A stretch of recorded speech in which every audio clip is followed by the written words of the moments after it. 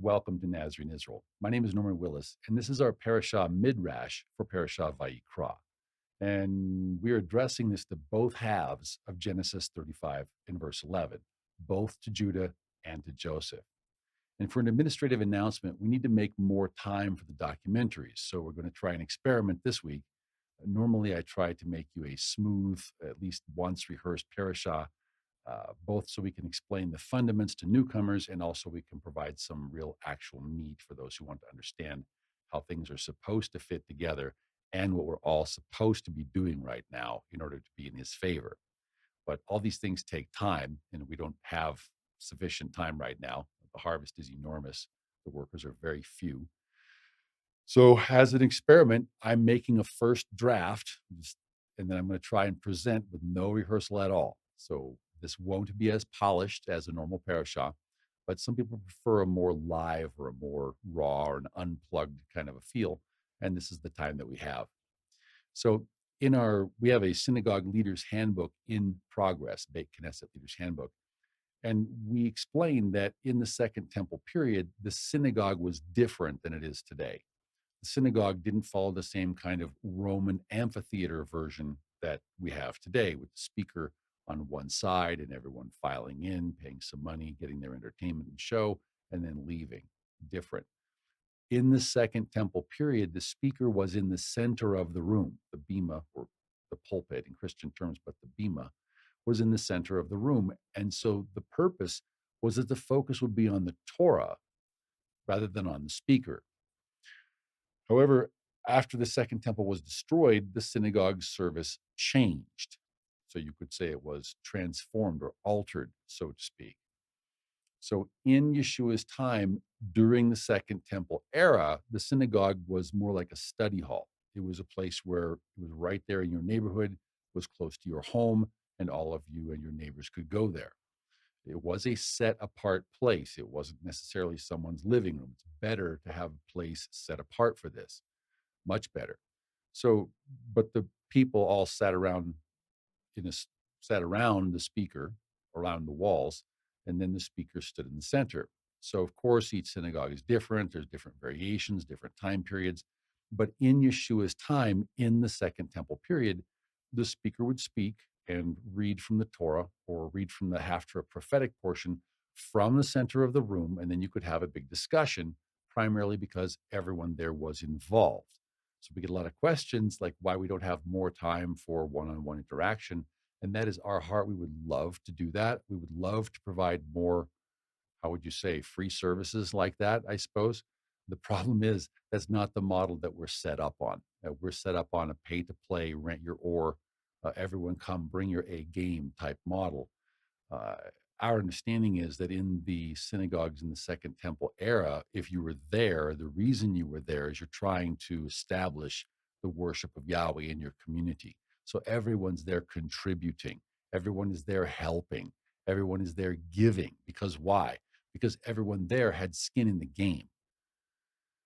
So it's a different deal when people make a commitment to something, when it means something to them, when you can tell they have skin in the game, then people are more apt to put their money where their mouths are, so to speak. And this makes more things possible than when people do not put their money where their mouths are, but pay lip service instead. So what this means is that uh, the people, it's pay to play. The people who participate, the ones who provide direction for the others, those are the spiritually elder persons who are willing to put Elohim ahead of themselves, ahead of their own personal gain. So again, we get questions about why we can't just throw open our doors to all of our meetings and spend lots of time answering questions from people who they haven't even read the studies, let alone made a commitment to Yeshua. And it's just kind of like, like sightseers or tourists coming into the synagogue environment. There's no commitment there. So that's just really, you can understand when you understand the history. We'll talk about this in the Abraham Accords series and in other places. When you understand the history, then you understand why Ephraim is where he is. And we're a work in process, very much so. But the problem is people doing touristy type things, and bystanders, gawkers, onlookers, this kind of a thing. Spectators. Okay, it's not a spectator sport, it's a participant sport. So our goal, so to speak, is to help bring the rest of mankind back into voluntary subjection to the voice of Yahweh Elohim. And the way we do that is by forming a committed love relationship with our husband, Yeshua HaMashiach, who died for us so that we might live unto him. But then we get people, they don't want to make a commitment to Yeshua. They don't want, or they want to pretend onlooking or reading is the commitment. That is their provision. That is their contribution. And some of them want to tell you what to do, what to think, how to run things. It's like, okay, whoa, whoa, whoa, whoa, whoa, whoa, whoa. Okay, in the Second Temple period, the leaders of the synagogue, the elders of the synagogue environment, these were all people, they had skin in the game. They were bringing their A game because they're trying to build their community up, because this is the community in which their children and their grandchildren and their grandchildren's children are going to live. So the kingdom meant something to them. So we get a lot of people, forgive me, we get a lot of people who they spend time resting and reading or watching and doing nothing. Uh, and the reality is that they're doing nothing with their minas. And then they want to come in and run the show effectively. We've seen it so many times, different variations, but that's the fundament. Is people don't want to take their places in the kingdom. They want to come run the kingdom, or no one wants to contribute unless they're the one benefiting or collecting. But then this is why the real assembly is so lacking right now, is there's so few people who understand it's a contributory, participatory game. So instead, we have people basically burying their minas, earning for themselves eternal condemnation because they're not showing love for Yeshua. Because Yeshua's job is to build his Father a kingdom by training us to build it for him in his absence. So we get a lot of people that just don't understand. If we're not busy gathering together with Yeshua, then we're busy scattering abroad. It's like Yeshua tells us in Luke chapter 11 and verse 23. If we're not gathering with him, then the reality is we're scattering abroad. And if we're not gathering with him, then the reality is we're not really for him. The way he looks at things, really, we're against him. We might be sort of a useful idiot in that sense. We're not against him, but we're not really helping him. So he looks at that as rebellion. And the saddest part is that the Ephraimites that I have met, the 99%, they're quite often very ignorant of the fact that that's what they're doing. They don't consciously intend to rebel against Elohim and his commandments. They don't gather everyone together and say, "Hey, I know. Let's rebel against the Torah. Let's rebel against the Great Commission. Let's overthrow the fivefold ministry and the foundation of apostles and prophets." Okay, they don't say that. They don't say, "Let's nullify Yeshua's commandments. Let's nullify Yeshua's sacrifice." But that's effectively what they're doing. Because why? Is because they don't believe they need to obey them all. So what do we do in Ephraim? We do the easy ones. We let the difficult ones lie. And we do it all in Yeshua's name. Well, we need to distinguish between the Second Temple period synagogue environment and the post Second Temple synagogue environment. There were a lot of changes that took place in the synagogue, probably took place at the Council of Yavne after the destruction of the Second Temple, which basically, it's not really fair to say it set the stage for the rabbinic takeover of Judaism, but perhaps it was more of a step in the rabbinic takeover of Judaism. Without a temple service to focus on, the rabbis needed something else, they felt, to keep the faith alive. So what the rabbis did is when the temple was standing, you didn't want a temple service going on in the synagogue. The synagogue was only a study hall. But with no temple, they perhaps felt like they needed some place that was more, uh, some place for the praise and worship to exist while they were in the dispersion. I did, I wasn't there. But what happened is that the rabbis changed the synagogue service to follow what we see is more of the same Roman amphitheater model, just exactly like what you see in Christianity and just exactly like what you see in every Asavite church service you've ever been to. So instead of having the bema or the pulpit or the platform or the table in the center, now you have it on the side of the room. And so now the people come in, they pay their money, whether before, during, or after, they receive their show, and then they go. So it's dinner and a show, and then they go without ever really having to get involved. They hear the message, but they don't ever really have to take part. Because they never really have to take part, they never really have to become transformed. They never really have to become altered.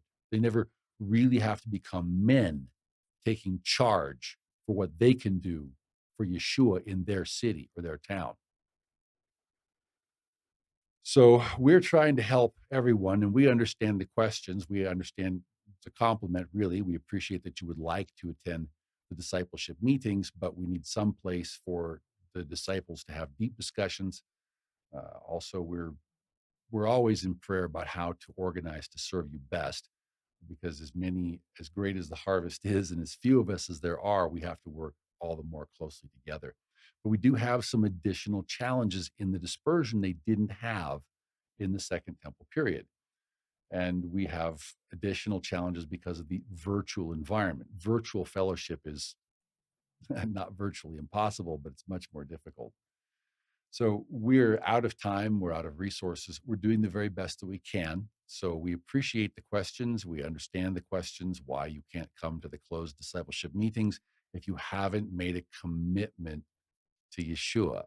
And the answer is because you haven't made a commitment to Yeshua. Okay? The synagogue is a place for people who want to make a commitment for Yeshua. If you really want to make a commitment for Yeshua and you'd like to come in, that's maybe one thing. We can talk about that. There's a lot of people, they just don't want to enter in. There's a lot of people out there in Ephraim land that they just like being lone rangers. They like being out there all alone. They like increasing their knowledge without showing any fruits. So the thing is, in the synagogue environment, it's the same as any church. You're welcome to come. Well, depending, I guess churches are different nowadays. Nowadays, you have completely open door churches as opposed to a church home or a church family or this kind of a thing.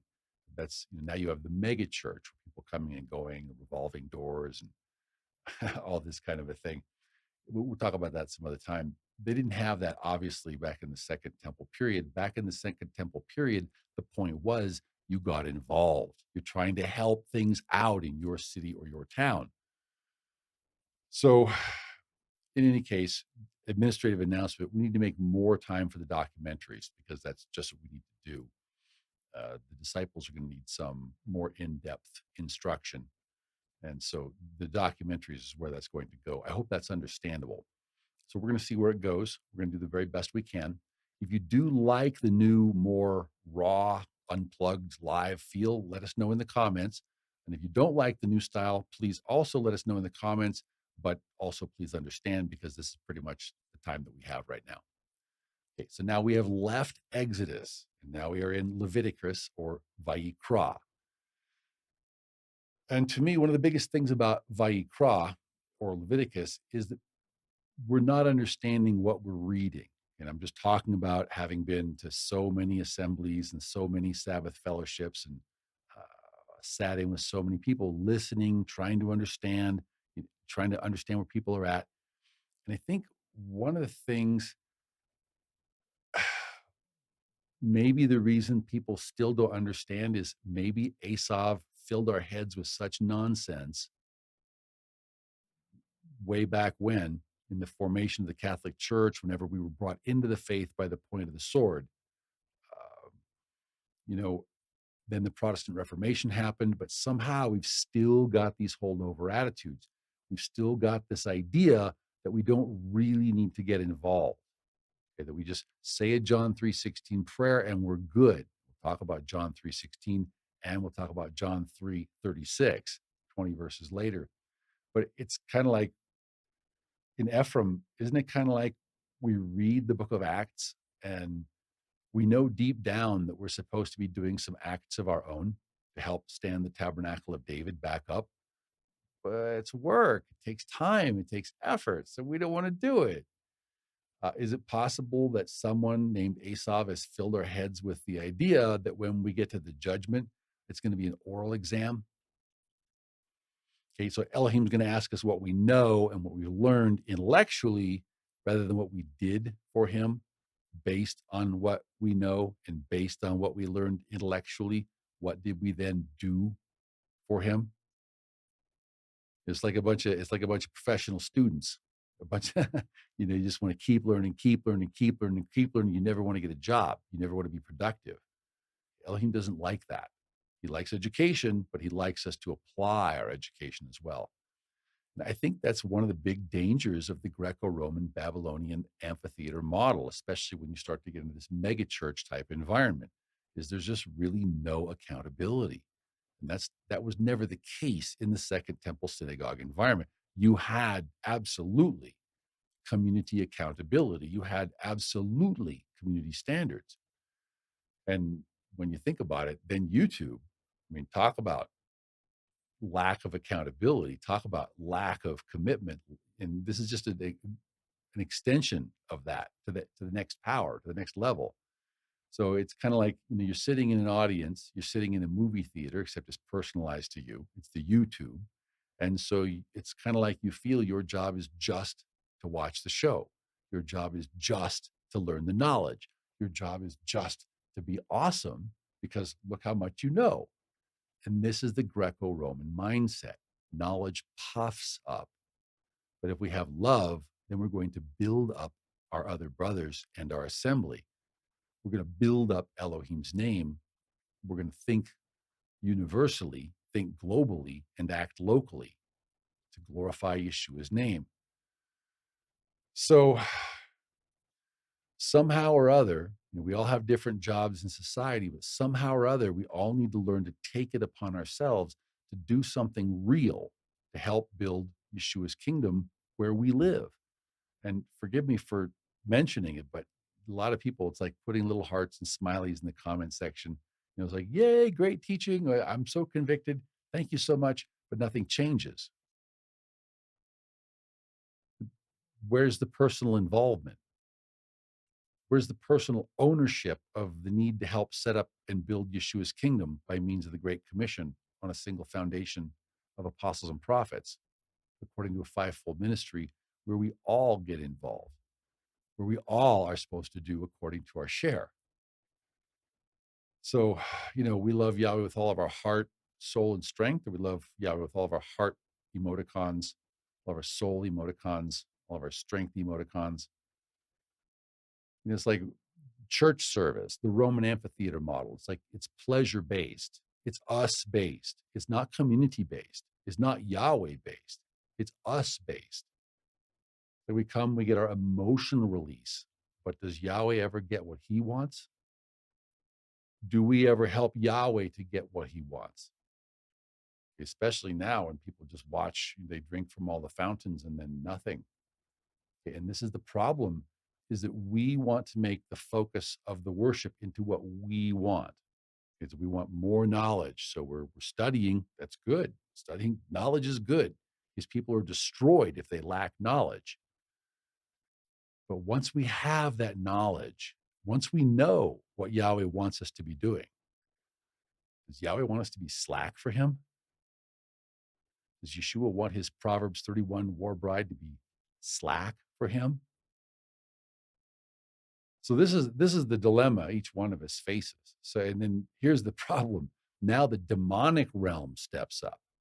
The demonic realm steps in and says, Mystery Babylon says, let me make you a deal. Okay. You can make up whatever worship you want, as long as it's Babylonian in nature. You can modify Isis, Horus, Seb, make it suit yourself. You can do pretty much what you want in that whole bracket. It's going to be easy. It's going to be a broad, easy road. You can pretty much do what you want, but you just have to call it the worship of Yahweh. You have to sprinkle it with a few trappings of the worship of Yahweh. So you can say, well, Yahweh's word says this, and that's why we do that. Yahweh's word commands us to do it this way, and that's why we do it that way. Oh, and Brother Judah, does anything sound familiar here with the Talmud? So Babylon says you don't have to obey Yahweh just so long as you do what you want and attribute it to Yahweh.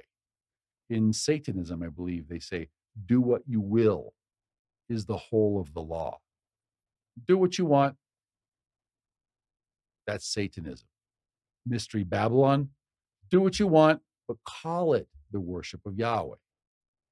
And it has to have a Babylonian. There's different actors in the demonic realm. But this is what we're doing is we're living our lives in Yeshua's name. We're making a mockery of Yahweh's Torah. We're keeping the easy parts in Yahweh's name. And both Judah and Ephraim just seem to go crazy for that, each in their own separate ways.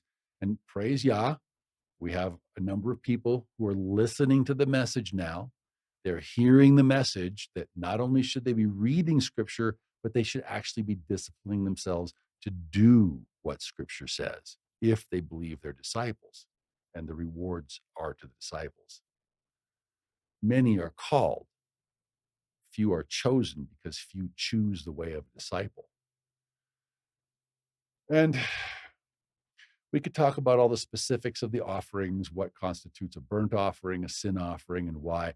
And you can learn a lot that way. There's a lot of information out there, especially if you ever hope someday to become a Levitical priest. That's good knowledge to have. However, we're going to pass over that this week because we have a false third temple coming before we get to a cleansed fourth temple. So we have some time before that is the top of the priority queue. But what we need to do is we need to talk about the heart matters that affect both houses today. We talk about matters of the heart. So we come to Vayiqra, or Leviticus 4 and verse 2. Yahweh told Moshe to speak to our forefathers, saying that if any one of us should sin unintentionally, key word, unintentionally, means you never knew, no one ever told you, to sin unintentionally in any of the things that Yahweh's voice ever said to do, in anything which ought not to be done, and does any of them, then he has to pay a penalty on account of his former ignorance. So ignorance costs. For example, in the next verse, verse 3, we see that if an anointed priest should sin, this, of course, will bring guilt on all the people. And in that case, then let him offer to Yahweh for his sin a young bull without blemish as a sin offering. An example of this would be perhaps if you'd grown up in the days of King Manasseh, king from the house of Judah, and perhaps no one ever told you what you were supposed to be doing because King Manasseh strongly de-emphasized the worship of Yahweh in favor of the worship of Baal. So the temple service was not the same. So last week in Parasha Vayiqra Pekudei, we saw how it was in 2 Kings chapter 22 and verse 2 that Hilkiah the high priest told Shaphan the scribe that he had found the book of the Torah in the house of Yahweh.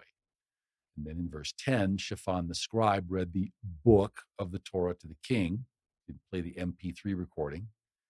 And then in verse 11, when King Josiah heard the words of the book of the Torah, he tore his clothing. And what that means to us is it wasn't a no thing to him. It was something to him.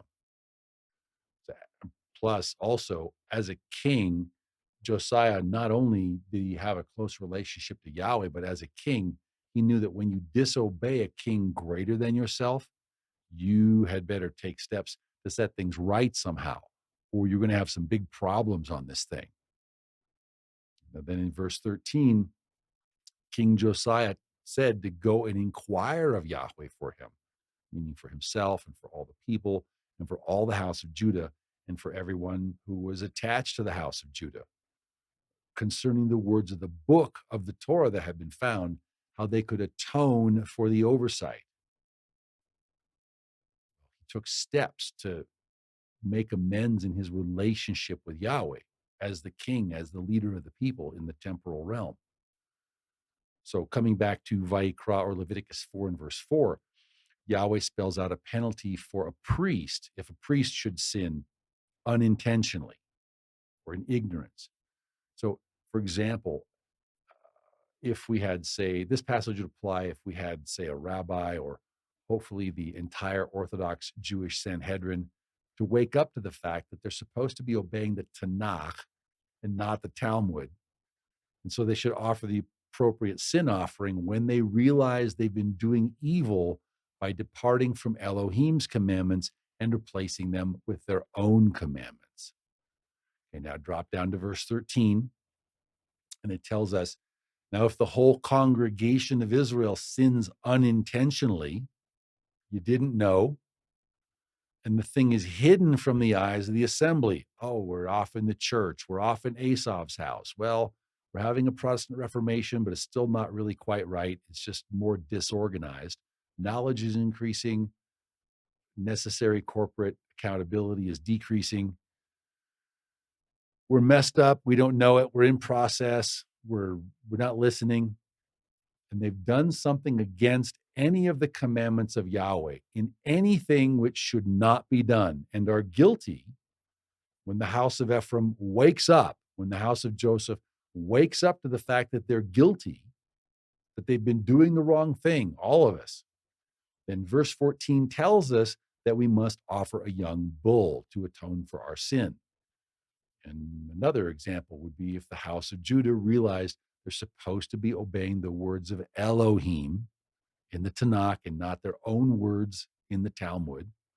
So the corporate offering would pertain to the whole assembly.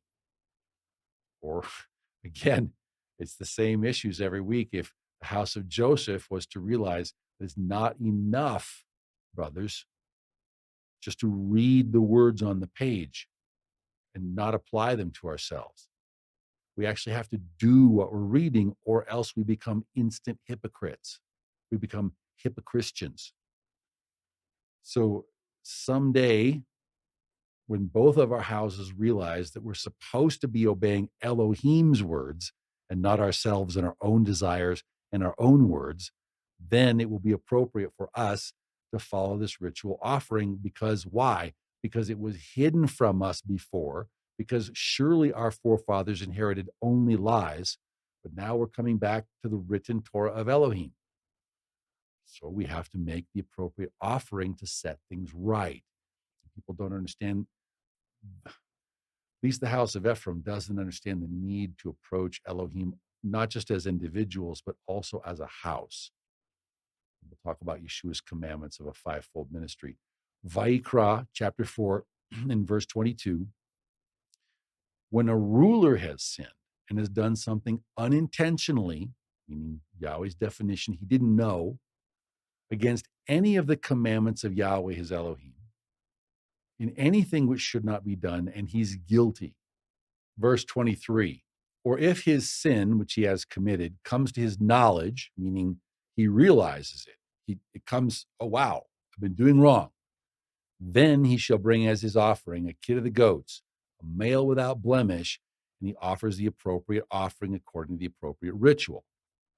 You could make a funny, maybe it's a kid of the goats because it's a politician. So maybe it's a male goat because the politicians are the leaders. We don't know. But for perspective, one possible example might be if, say, Prime Minister Benjamin Netanyahu or any members of the Israeli Knesset were to wake up and realize that the southern house of Judah is not supposed to be cursing Joseph, and they're not supposed to be following their own words in the Talmud, but they're supposed to be obeying the words of Elohim as recorded in the Tanakh. Then this offering would be appropriate. And pray for that. Only don't hold your breath for that, because that's not coming until after Armageddon. Now, while we're waiting for Prime Minister Benjamin Netanyahu and the Israeli Knesset and the Sanhedrin to wake up and start doing what's right in Elohim's eyes and not in their own eyes, and while we're waiting for President Biden and the U.S. Congress to wake up to the fact that democracy is not commanded in Scripture, And multiculturalism in Jesus' name is not it. We, the common people, also need to take these requirements upon ourselves. Verse 27 says that if any one of the common people, that's us, sins unintentionally, keyword, by Elohim's definition, by doing something against any of the commandments of Yahweh in anything which ought not to be done, we make any kind of a mistake and we're guilty, okay, then this ritual procedure applies to us, at least in a Levitical temple environment, a cleansed temple environment. And you say, okay, but relevancy, what should this mean to me? Okay, excellent question. Glad you asked. But first, let's hit one more and we'll come back to it.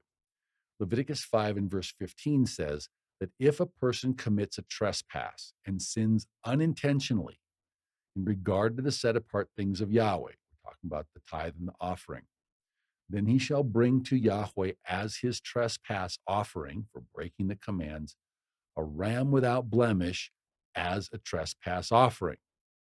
Make the relationship right.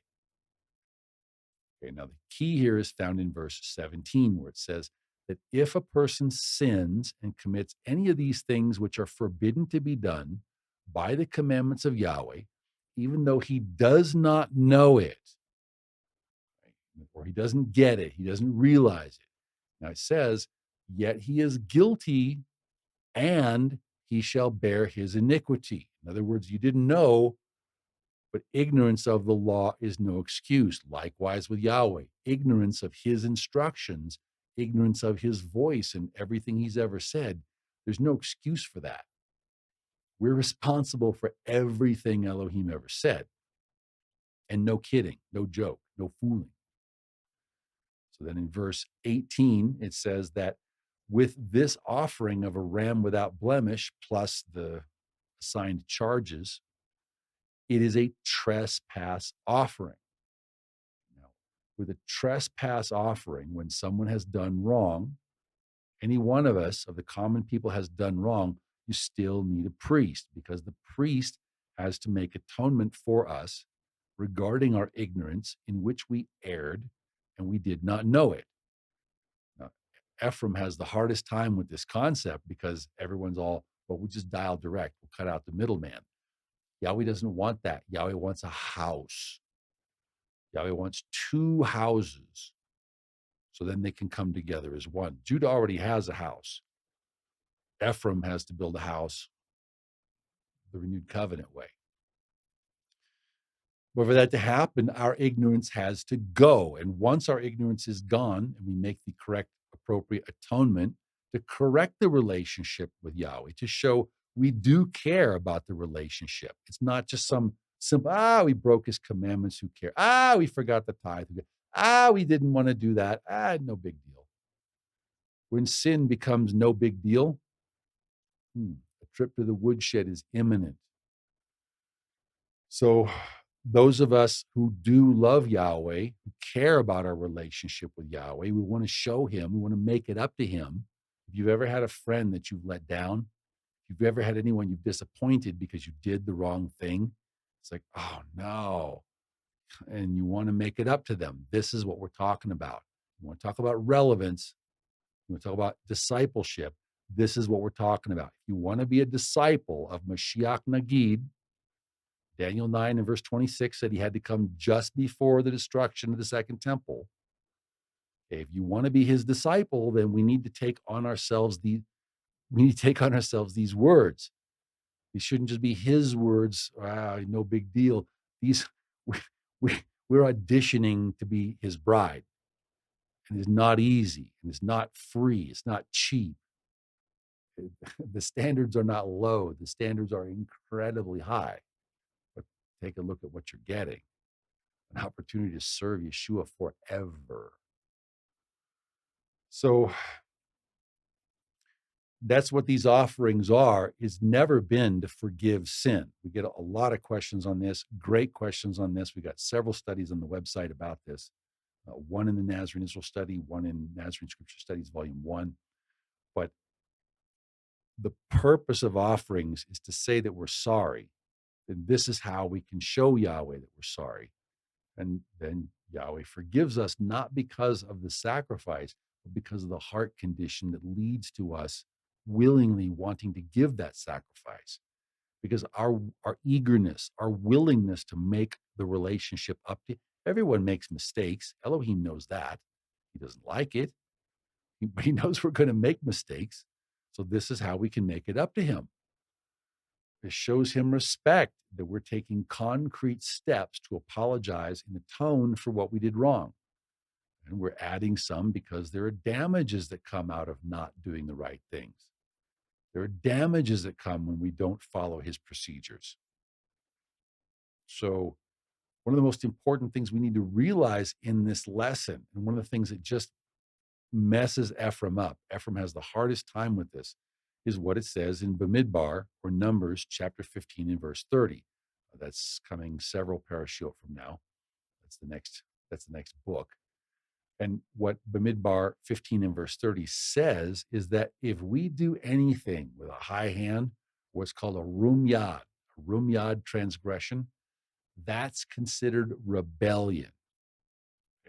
And disobedience is also considered like rebellion.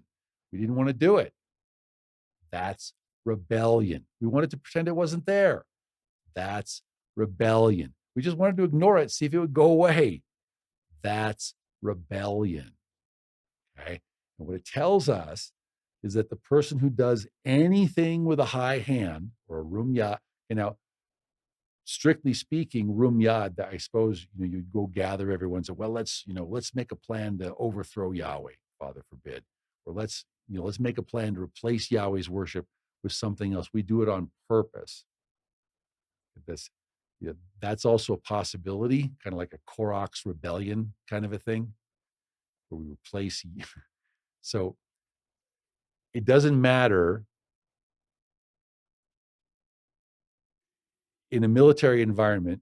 It doesn't matter what kind of gross negligence or what kind of gross disobedience or what kind of dereliction of duty it is.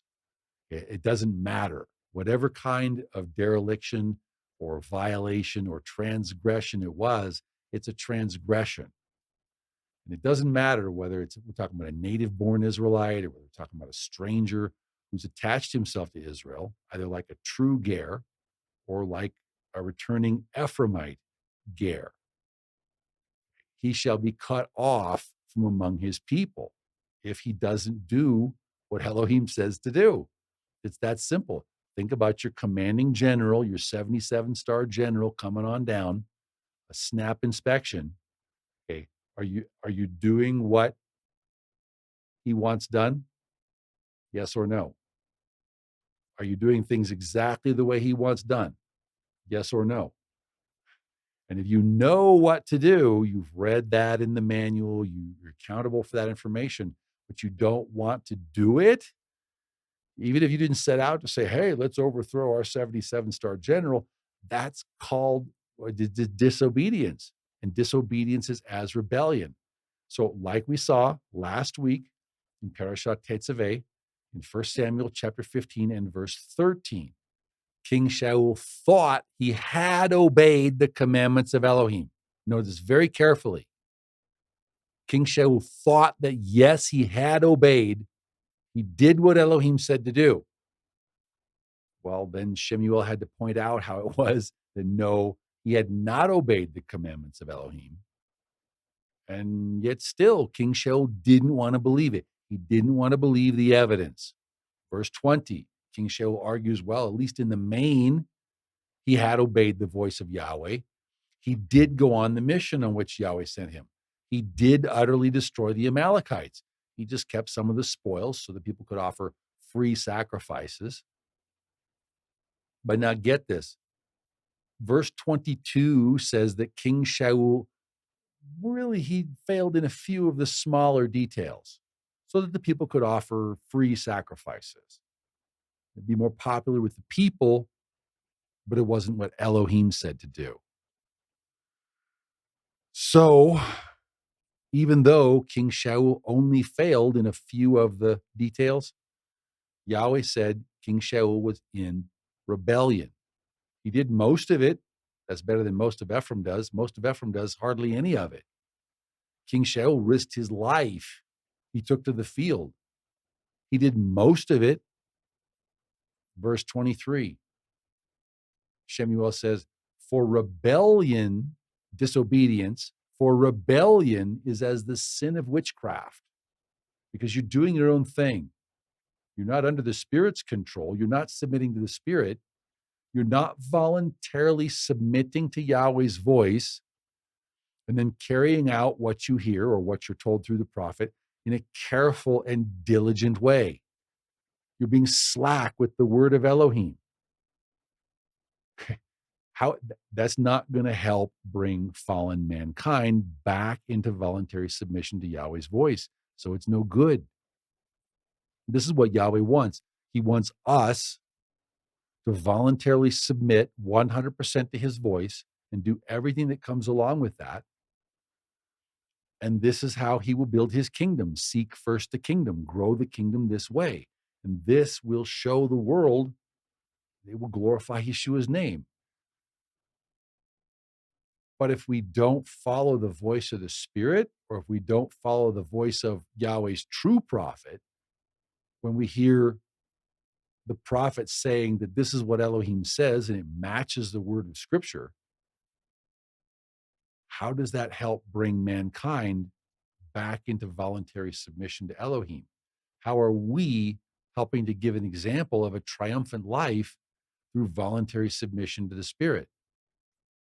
So really, if you think about it, what Shemuel is saying is that King Shaul was practicing deception. You know, just like Mystery Babylon offers us a deception, okay, Mystery Babylon offers Brother Judah a way to make up his own code of laws and pass them off as if they came from Elohim, just because they attribute them to Elohim, even though they're completely man-made. If that's the principle, make up your own thing according to certain Babylonian rules, and then attribute them to Elohim. So it's a Mystery Babylon replacement. Well, Mystery Babylon offers Ephraim the exact same thing. And I absolutely include the Messianic movement in this. The Messianic movement offers Ephraim a way to sit in his friend's living room, hold a Bible study, and eat a shared meal and pretend they're fulfilling the Great Commission. Okay, they're learning, they're benefiting, they're being served, but are they serving? That's the question. Word of the wise is sufficient.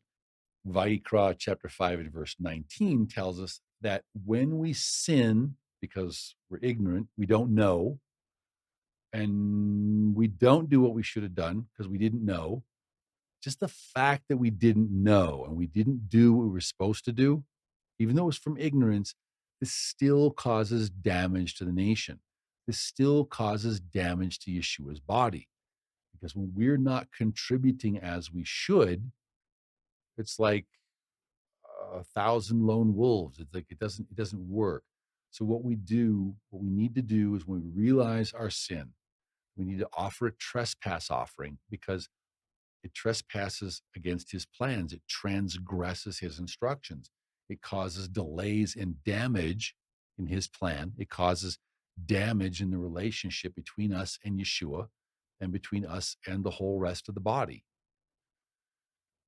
And the problem is most of us can't see this because we're not focusing on helping Elohim get what he wants.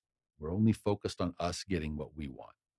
And when we're new babies in the faith, that's fair. When you're a baby, someone else feeds you, someone else clothes you, someone else cleans you. But as we grow, we learn to make our contribution to the family. So, but if we stay babies and we're still focused only on receiving all the blessings we can get from Elohim, we just want to get. It's like we're sucking on the bottle. We just suck, suck, suck, suck. Somebody else clean me. Somebody else bathe me. Somebody else take care of me. But if we stay that way and we're grown-ups in age, how is that developing the relationship with Elohim? So, there's people in this world, sad to say, they will pretend to love their parents or their grandparents so that they will get a larger share of the inheritance or a bigger reward, or they will suck up to people so they can get what they want in the physical. And that's a sad reality of life. There's many people who do that. But typically speaking, the real one of the real tragedies is there's no real love relationship going on. It's profane to live like that. If you're going to be a user, you're going to focus on receiving all the blessings, either from your parents or your grandparents or from Yahweh. And that's your primary thing is what can I get? What can I get? Gimme, gimme, gimme, gimme, gimme, gimme, gimme, gimme, gimme. Amen. If you're going to focus on what you can receive, Yeshua said it's better to give than to receive, especially when we're talking about his family, because it's the more elder, the more mature persons who give to the rest of the family. And a bride in scripture is defined as a helper. So if we want to be his Proverbs 31 helper war bride, then don't we need to find ways to help him? It's so strange. It's like they never tell you that in the church. I mean, there's just this sensation that you just say the John 3:16 prayer and you're done. And that's good. There you go. So Esav wins. That's what he wants. He wants us to believe a limited involvement is good enough because he gets us to miss the mark. That's all Esav has to do. He just has to get us to miss the mark by that much. And he wins, we lose. So it's so important to stop thinking of Elohim like a big sugar daddy in the sky, to stop thinking of him like the genie. You rub the lantern and you get what you want. You know, when we stop approaching Elohim just to get things, when we stop approaching Elohim just to get the blessings, and then now we can ask ourselves, okay, Elohim, what would you like? And that's what he's waiting for, because he's waiting for us to show some fruit of our love for him, of our respect for him, that we want to give him our undivided attention and loyalty at all times to show him that the way it was in the garden doesn't have to be the way that it is today, that we do want to obey him. And we want to obey him always. And I don't mean to pick on people, but obedience means more to him than emoticons and smileys. So we always get a lot of questions about sacrifices. We always get a lot of questions about the temple service, especially after Yeshua's death, burial, and resurrection. And if you have questions, those are good questions. You should get your questions answered. So if you go to the Nazarene Israel website, go to Nazarene Scripture Studies Volume 1. You can read our full study called About Sacrifices. It doesn't cover all the details of every sacrifice, but what we're trying to do is to point out why the disciples, why the apostles continued to offer animal sacrifices as late as Acts chapter 21. And in fact, as long as the temple still stood, because Yeshua said not to think he had come to do away with the Torah and the prophets. And yet Asaph has just filled Joseph's head with mush on this. He's taught us exactly the opposite of what Yeshua said in Matthew chapter 5 and verse 17. He said at the very start of his ministry, not to think that he came to do away with the Torah and the prophets. So the thing is that the temple service was never intended to take away sins. There will be a third temple, which will not be clean. And then there will be a fourth temple, which will be clean. And there will be animal sacrifices in that temple. We cover that in the study. But the temple service was never intended to take sins away. The temple service, if I can say this the right way, it was only ever intended to temporarily atone for sins until such time as Mashiach Yeshua would take sins away for all time. That's a different concept. Most people don't understand the concept of taking sin away. Most people, most Ephraimites, they don't know what that means because they don't enter in the relationship with the vine. Not even in Hebrew roots have I seen many people who are entering into relationship with the vine. And they definitely don't put him first. They definitely don't live that way. But that is why it says in Ephraim or Hebrews chapter 10, starting in verse 3. But in these sacrificial offerings, in these temple offerings, is only a reminder of sins year by year. Verse 4. It's only a reminder because it's impossible for the blood of bulls and goats to take sins away. The best it can do is serve as a reminder to us. Now, Asaph tries to use this passage as a so-called proof text that Yeshua came to do away with the animal sacrificial system, when in reality, the exact opposite is true. The big idea here, the cleansed altar doesn't apply to the order of Melchizedek in the dispersion, because a cleansed altar is for in the land. But the big idea that most people just seem to miss here is that we're all supposed to be striving to become his faithful and dedicated and devoted Proverbs 31 war bridal candidate. And it's not a done deal. And we're all supposed to realize that he's all knowing, he's omniscient. You can't slide one past him. And a bride is described as a helper. And we're supposed to understand that he is a Elohim of war. He's a man of war. He wants help on the battlefield. And he's giving us, as his Proverbs 31 bridal candidate, he's giving us an unbelievable golden divine opportunity to help him get the kingdom he deserves. But it's like, for some reason, it comes to us free. It's like in the garden. It comes to us free. We don't value it, so we let it fall from our hands. It comes to us free. We don't value it, so we just let it fall from our hands. And we just keep letting it fall and letting it fall, and he keeps giving us another chance and another chance, and we just let it fall because we don't realize what we have, brothers and sisters. We're not being diligent. And because of this careless attitude, we are worthy of death again and again and again and again. Imagine being on a battlefield environment and you don't follow instructions, and the whole outfit, it just doesn't function right. Everyone's got to do their job together. That's how an army works. And he just keeps giving us another chance and another chance and another chance. And maybe one of the reasons he keeps giving us another chance is really going to look bad on him if he has to destroy us, because then his enemies are going to say all kinds of bad things about him because of the way we, as his bridal candidate, chose to behave. So, yeah, it's a trespass if we're ignorant of what we're supposed to be doing for him and we're not doing it. When we realize, oh, we're supposed to be operating as a body, everyone's supposed to be contributing their fair share. Oh, it's supposed to cut us to the heart. It's not supposed to be something that we flee from it. Because if we flee from his word, he'll let us. If that's what you really want, he'll let you. Now, what we're supposed to do, we're supposed to atone for ourselves. Just because we didn't realize, no one told us, or we got told wrong. Asaph taught us wrong. But now it's time to improve. Now it's time.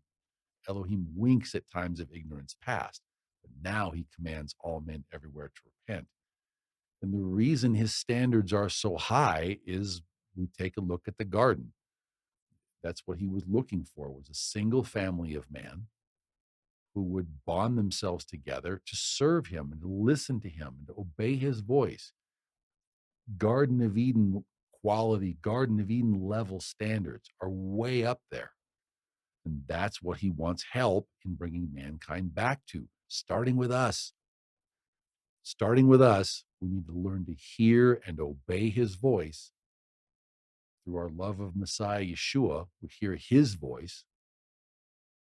And he wants us to be a bride who loves him more than herself. He's proven that he loves us more than he loves his own life. He obeyed his Father unto the death for our sakes. And look, see how he's going to benefit as well.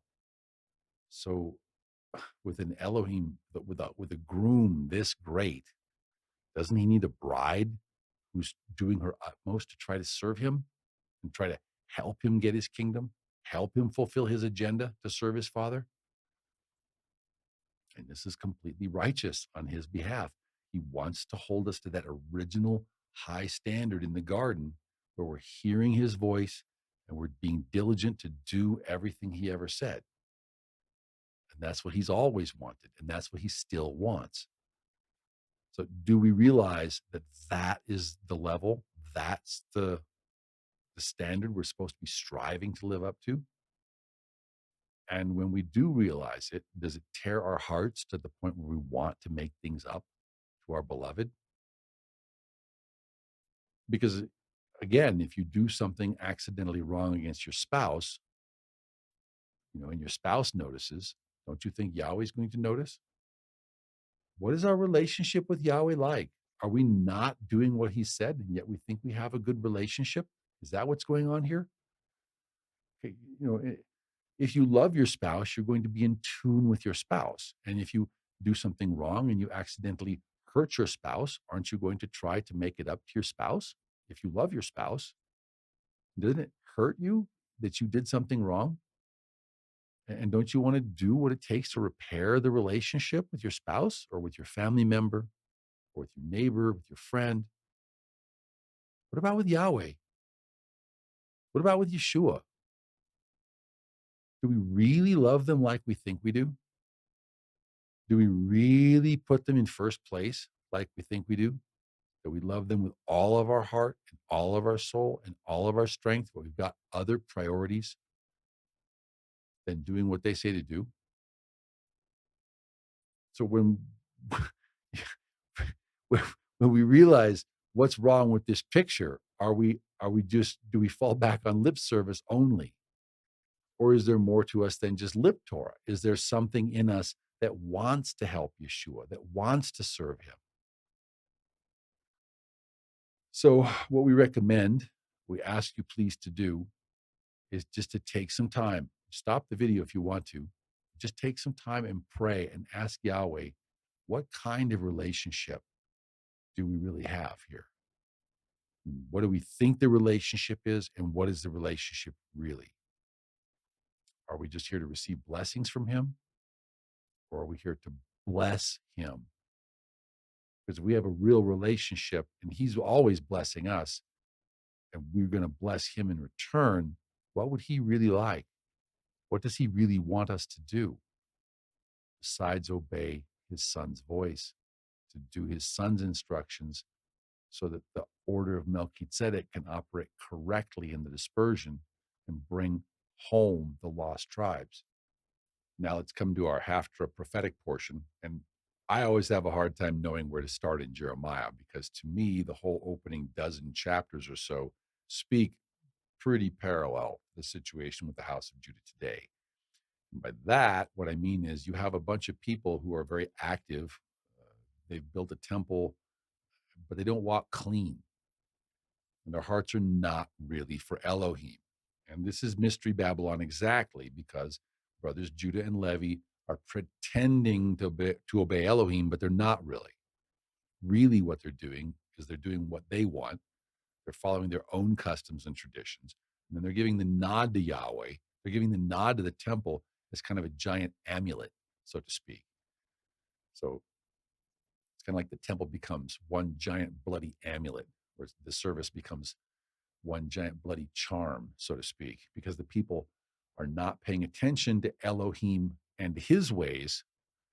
They're doing what they want, and then they're just offering him some blood. They're buying him off with some blood. And that's repulsive to Elohim, because why? Because that's not what Elohim said to do. That's not what he wants. What he wanted from the start was that we hear and obey his voice. When we failed to do that, that's when he gave us the paint by numbers routine. But Judah didn't understand this in the times of Jeremiah, just like Judah doesn't understand it today. And so that's why when we talk about the Ramban and his principle that there are cyclical patterns that repeat themselves again and again in scripture, sadly, we seem to be on a perfect repeat track of the first dozen or so chapters of Jeremiah. We're talking rinse, resoil, and repeat.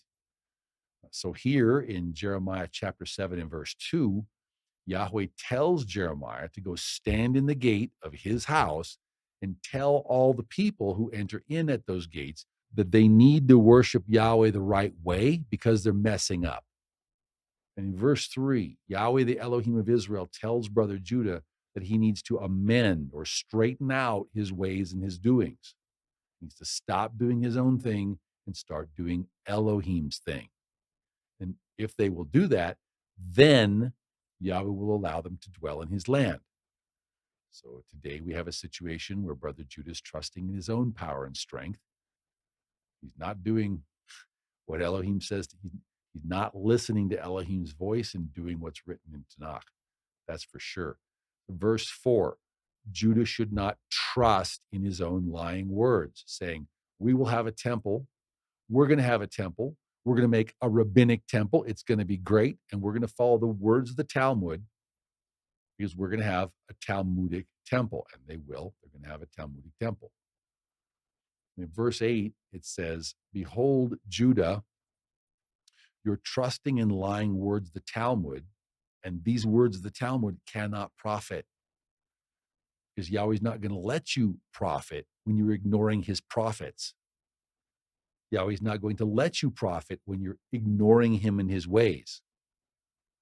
Verse 9, will you make the Kol Nidre prayer for Yom Kippur to excuse yourself from every promise you broke all year so that you can steal and murder, break the law, commit adultery with Gentile women, like it says in the Talmud, swear falsely and excuse yourself from all sorts of sins against Joseph, and then say Kol Nidre, put up a hexagram and a circled hexagram and worship Hashem and Adonai.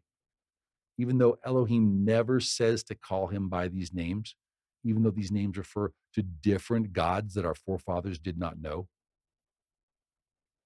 Verse 12, because if you think you're special because you've got a portable restaurant, or you think you're special because you're the kingship and the priesthood tribes that I named you for those positions, if you think you're hot stuff, now go and stand in the place where Yahweh said to place his name in Shiloh.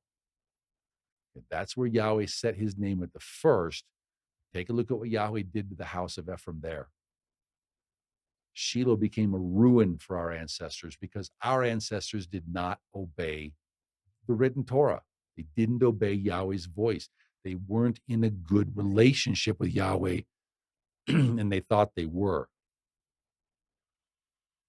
Verse 21, thus says Yahweh of hosts, the Elohim of Israel, if you're going to ignore me like this, then go ahead and do what you're going to do. Go ahead and do what you want. Make more animal sacrifices. Make even more burnt offerings. Add those to your many sacrifices and eat all kinds of meat.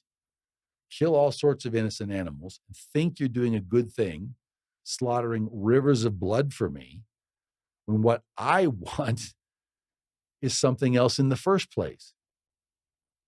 Verse 22, because, hey, Levi, I didn't speak to your fathers or command them in the day that I brought them out of the land of Egypt concerning burnt offerings or sacrifices. I didn't talk about that. That wasn't the first thing on my heart because, yes, there needs to be a temple, but no, rivers of blood is not what I'm after. I'm not a bloodthirsty Elohim. What do you think? What I'm after is your attention and your obedience. I'm a jealous Elohim. I'm jealous of your attentions, and I'm jealous of your obedience. Verse 23, rather, this is what I commanded them, saying, obey my voice. Again, again, again, again, again, again, again. He says, obey my voice, then I will be your Elohim, and then you shall be my people. And walk in all the ways that I have commanded you, rather than the ways that your own eyes prefer, that it may be well with you, because then we'll be a team. Then we'll be working together. Then my spirit will direct, and you will be walking out and doing all the things my spirit desires. You will be my body, so to speak. You will be my hands and my feet to build a kingdom for my son, Mashiach Nagid. Verse 24.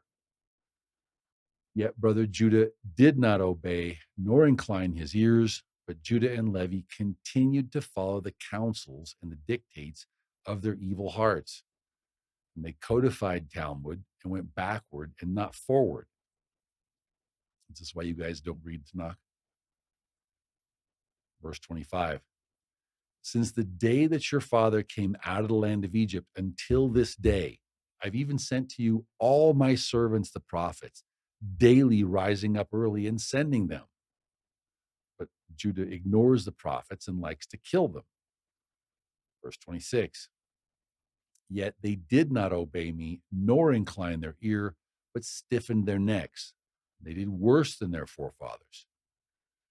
Judah, take a look at the Talmud. Talk about doing worse than your fathers.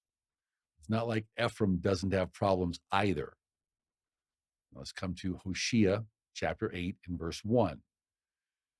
And in verse 1, we're just looking at our unpleasant and unsavory history in the northern house of Ephraim, the northern house of Israel. Verse 1, Yahweh says to set the shofar to your mouth, because the king of Assyria will come like an eagle against the so-called house of Yahweh. And many scholars believe that that's Yahweh's ironic slam on Gilgal, which ended up as the religious seat of our forefathers' idol worship system in the northern kingdom. So in the northern kingdom, we had golden calf worship in Dan, also in Beit El, and then we also had Gilgal. If you do a word search for Gilgal, wow, a lot of good things happened in Gilgal, at least at first. Gilgal was where the armies of Israel first encamped when we entered the land of Israel. Joshua also set up the 12 stones at Gilgal. And this is also where we all kept the first Pesach, having entered the land of Israel. And we received all the many good blessings, and we received all the many good promises of Yahweh in Gilgal. That's where we first came into the land.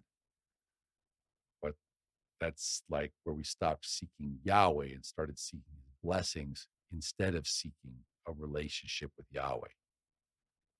Like, when your dad comes home from work and his little children, you don't care anything about anything else, and you just run up to him and you're hanging on his leg, and you love to see your father.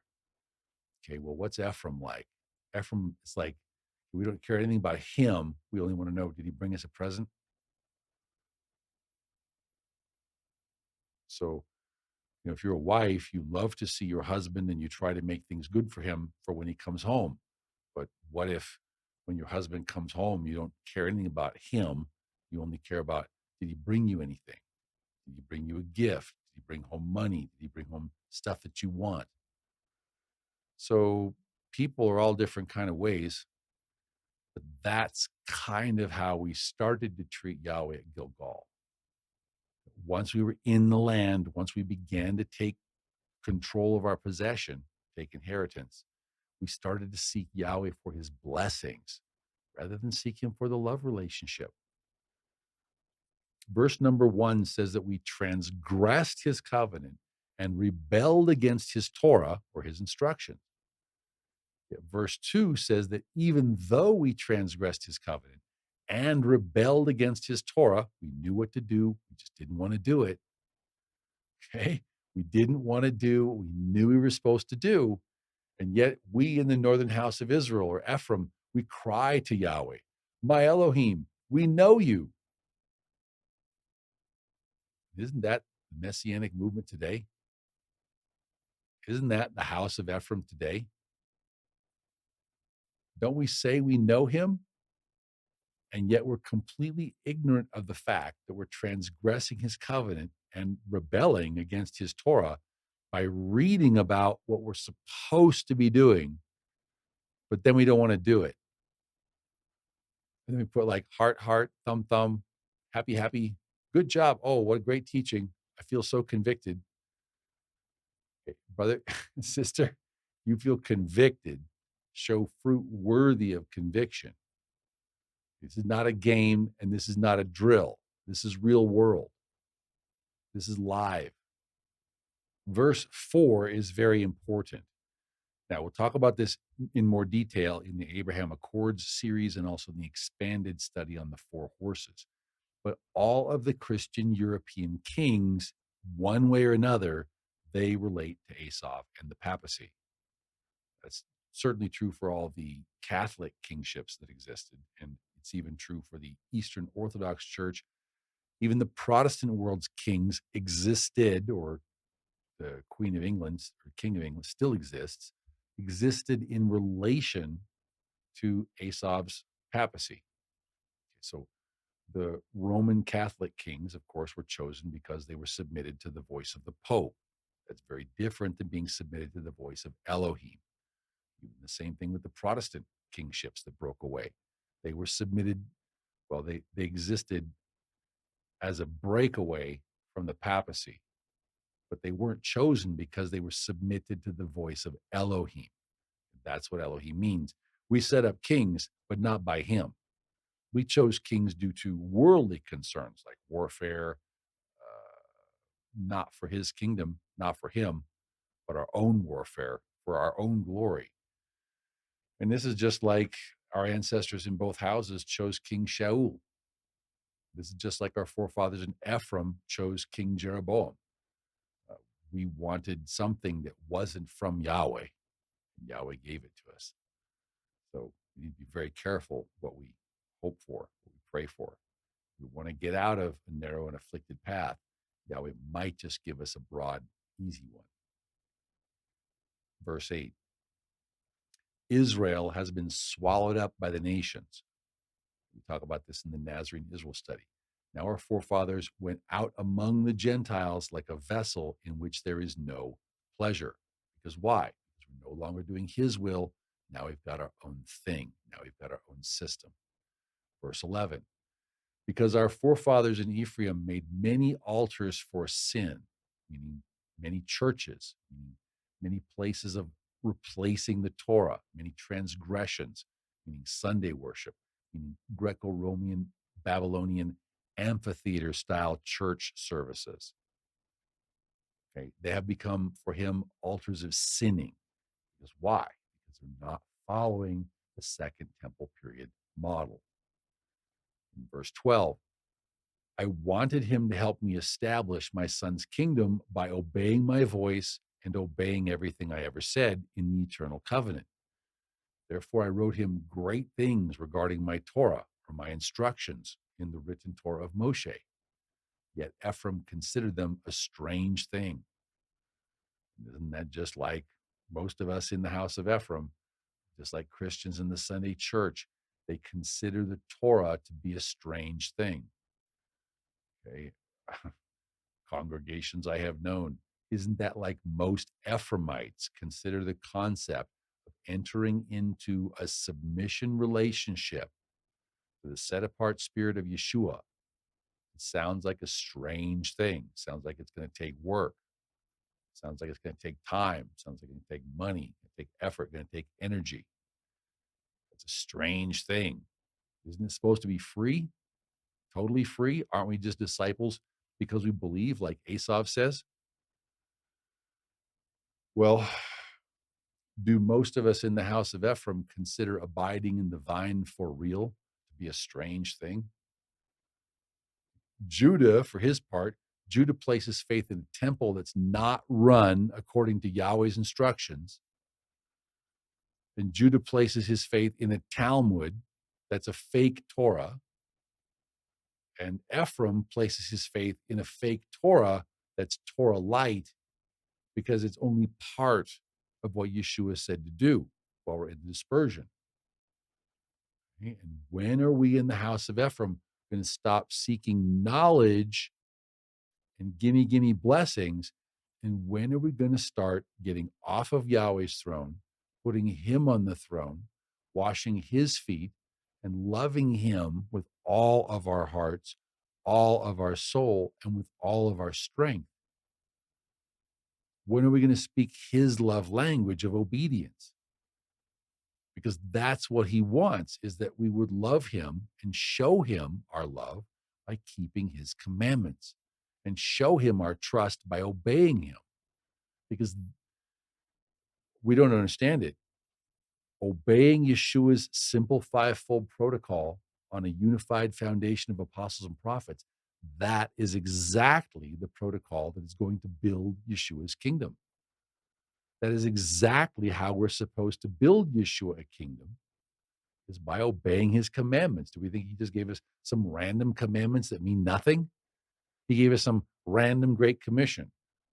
Ephesians 4 and verse 11. Now, he himself gave us something that doesn't really count, not really that important, don't really need to know it, don't really need to practice it. So just read that and then let it be, let it go. Is that trusting him? Is that obeying him? What is our relationship if we're not willing to obey him? What was King Shaul's relationship with Yahweh when he wasn't willing to do what Yahweh said the way Yahweh said it?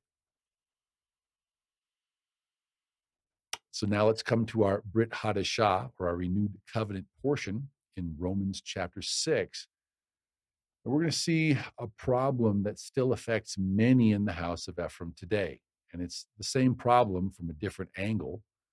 And it's the same problem, actually, that both the house of Ephraim and the house of Judah face all the time. And the question is, are we going to obey him? Are we going to do things his way? Or are we going to obey ourselves in his name and do things our way and just say we're doing things his way? We're going to say we're keeping his Torah, doing our own thing. And once again, this is the difference between true worship, in the case of Ephraim, Judah, and Ishmael. It's the case between true worship and mystery Babylonian worship.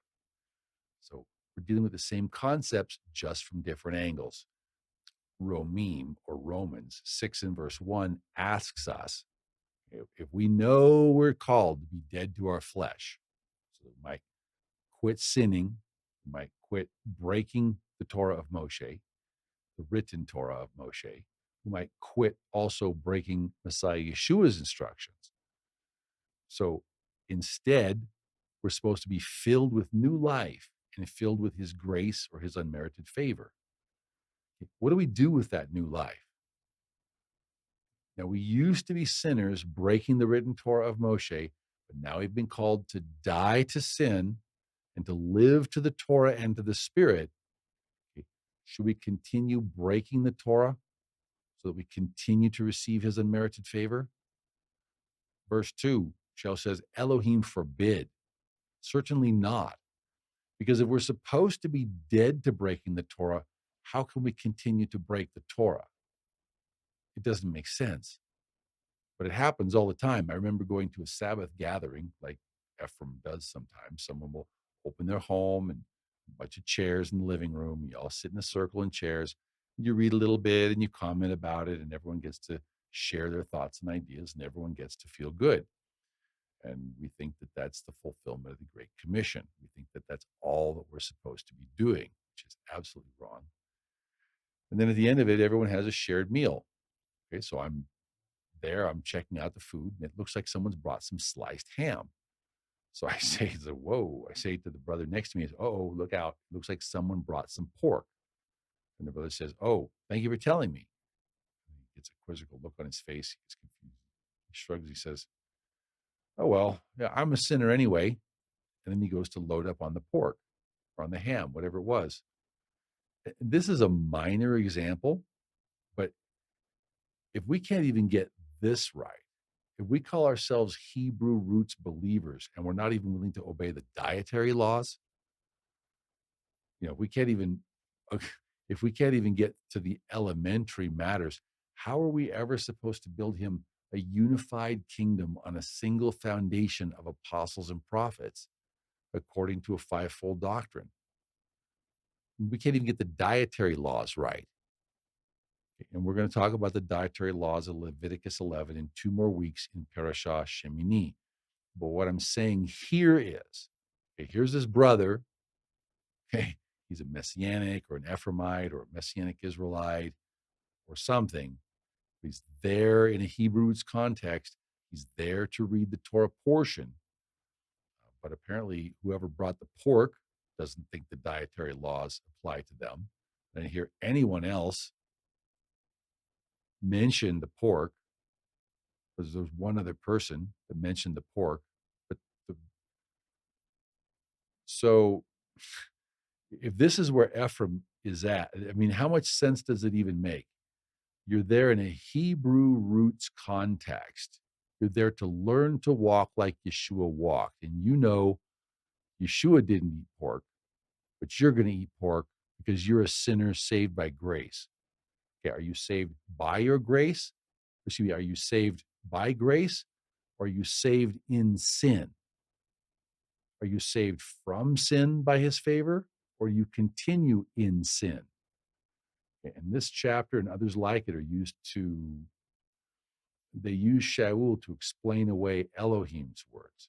Now, we're going to talk about the dietary laws in 2 more weeks, but if we, in a second temple period context, if we don't even follow the dietary laws, we're not allowed to come in the door in a set apart context. Okay. And we'll talk about this. But the real issue in Acts 15 was whether or not we were supposed to follow rabbinic authority and rabbinic traditions, or whether the rabbinic order was out and all of its takanot and ma'asim, its rabbinic commandments, its rabbinic laws. And of course, the One House Messianic Jewish Movement, MJAA, UMJC, they didn't get the memo on this. Okay, they forgot to read this chapter. Now we have a full drash on it in the Nazarene Israel study, and also just type in Acts chapter 15 on the website in the search bar.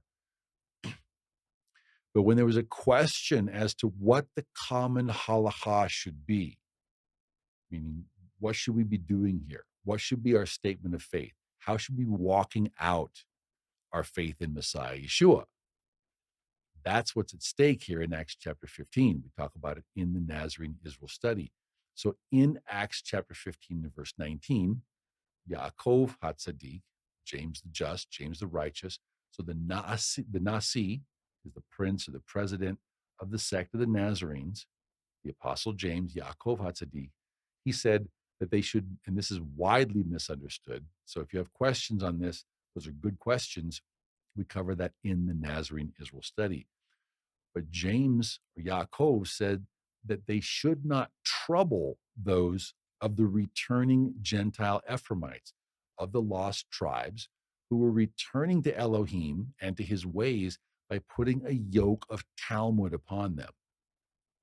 Okay, he's talking about Talmudic reasoning, the Zugot pairs, positive and negative commandments. See, he's not talking about rejecting the written Torah here. That's an Esavite teaching. Esav teaches that they're negating the written Torah here. You know, what they're actually talking about here is what's more important, to go by Elohim's words in the written Torah and the Tanakh, or to obey the commandments and instructions of the rabbis in what would later become the Talmud. Okay, so verse 20 says that they should write to these returning Gentile Ephraimites, to our forefathers, and tell them to begin by showing their sincerity and their loyalty to Elohim by abstaining from 4 key abominations that'll get you cut off from the nation of Israel in the Torah. It doesn't make sense to let them into the sanctuary environment if they're going to pollute it by what they do and their behavior. So they're saying we need to abstain from idols, because idolatry is spiritual immorality. It's spiritual adultery. And so no golden calves, no crosses of Tammuz, no hexagrams, no Dagon fish, nothing like this. We don't make images for ourselves. No prayers to the Lord God, no prayers to Hashem, no prayers to Adonai, because those are not Yahweh. Those are not the name he gave to us for his remembrance.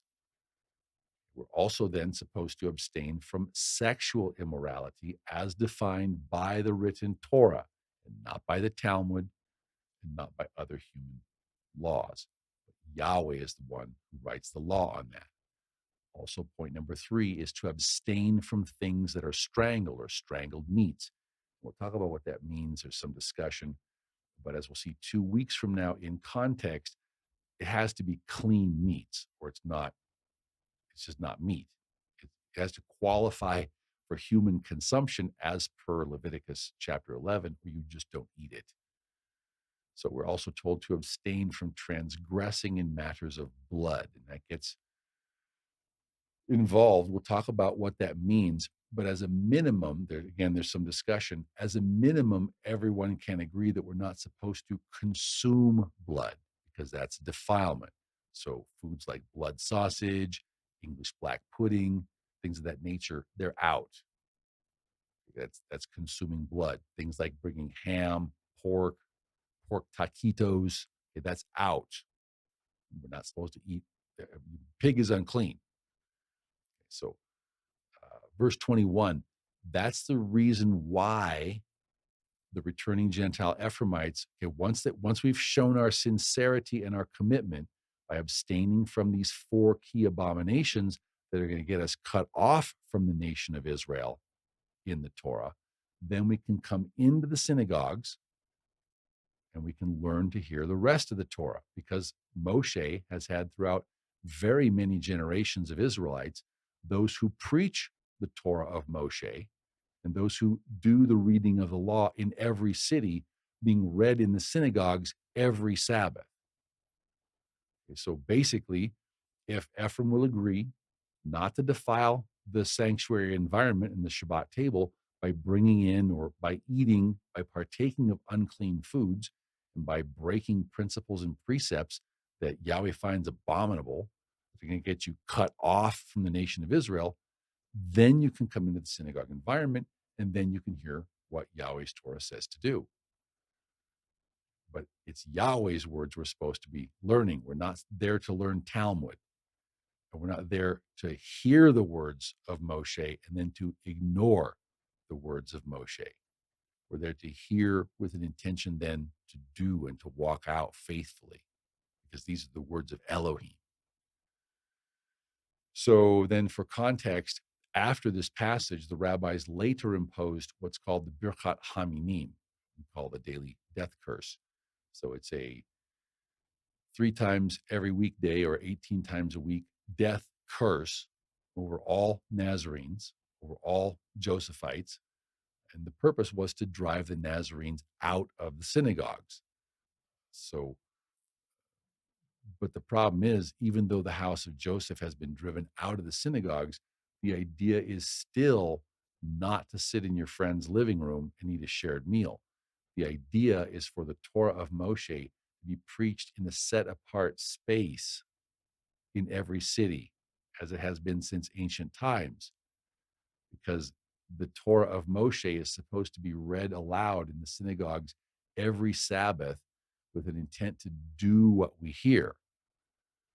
So, I mean, what's the alternative? We're supposed to hear the Torah of Moshe and then not do it. It's like, what sense does that make? Okay, so we're kicked out of the regular synagogues. Now we're going to set up our own assemblies, and we're not going to set them up according to the Second Temple period model. We're not going to do what Yeshua did. We're going to set up a Roman amphitheater church model instead. Or we're just going to sit around in our friend's room. And we're not ever going to really get around to doing anything for the Great Commission, not even supporting it. Well, verse 3, this is one of the things that our people still seem to be missing. We just can't seem to wrap our minds around the fact that we're not supposed to live our lives for ourselves any longer. We don't understand what this means. What does it mean that we're supposed to die to ourselves and our own will, the lusts of our eyes, the lusts of our flesh, and our pride? What does it mean that we're no longer supposed to live for ourselves, but we're supposed to live for Him? What are some examples of things that we're doing that do absolutely nothing to help build Yeshua's kingdom? Let's talk about TV. Let's talk about movies. Let's talk about camping. Let's talk about hiking. Let's talk about the water park. Let's talk about secular activities. Let's talk about the opera. Let's talk about secular music. Let's talk about video games. We could talk about 1,000 things that waste our limited, precious time and money and do nothing to help Yeshua. They do nothing to help Yeshua get his kingdom. So is it because, do we have a peacetime mentality? Are we living our lives for ourselves because we're not in Yahweh's armies? We haven't signed up. We're not seeking to do our best job for Yahweh in his armies according to the order of Melchizedek. Do we understand that in war, life is no longer about us? It's no longer about what we want. It becomes about serving our Elohim and serving the rest of the nation. And the needs of the rest of the nation are greater than our own needs.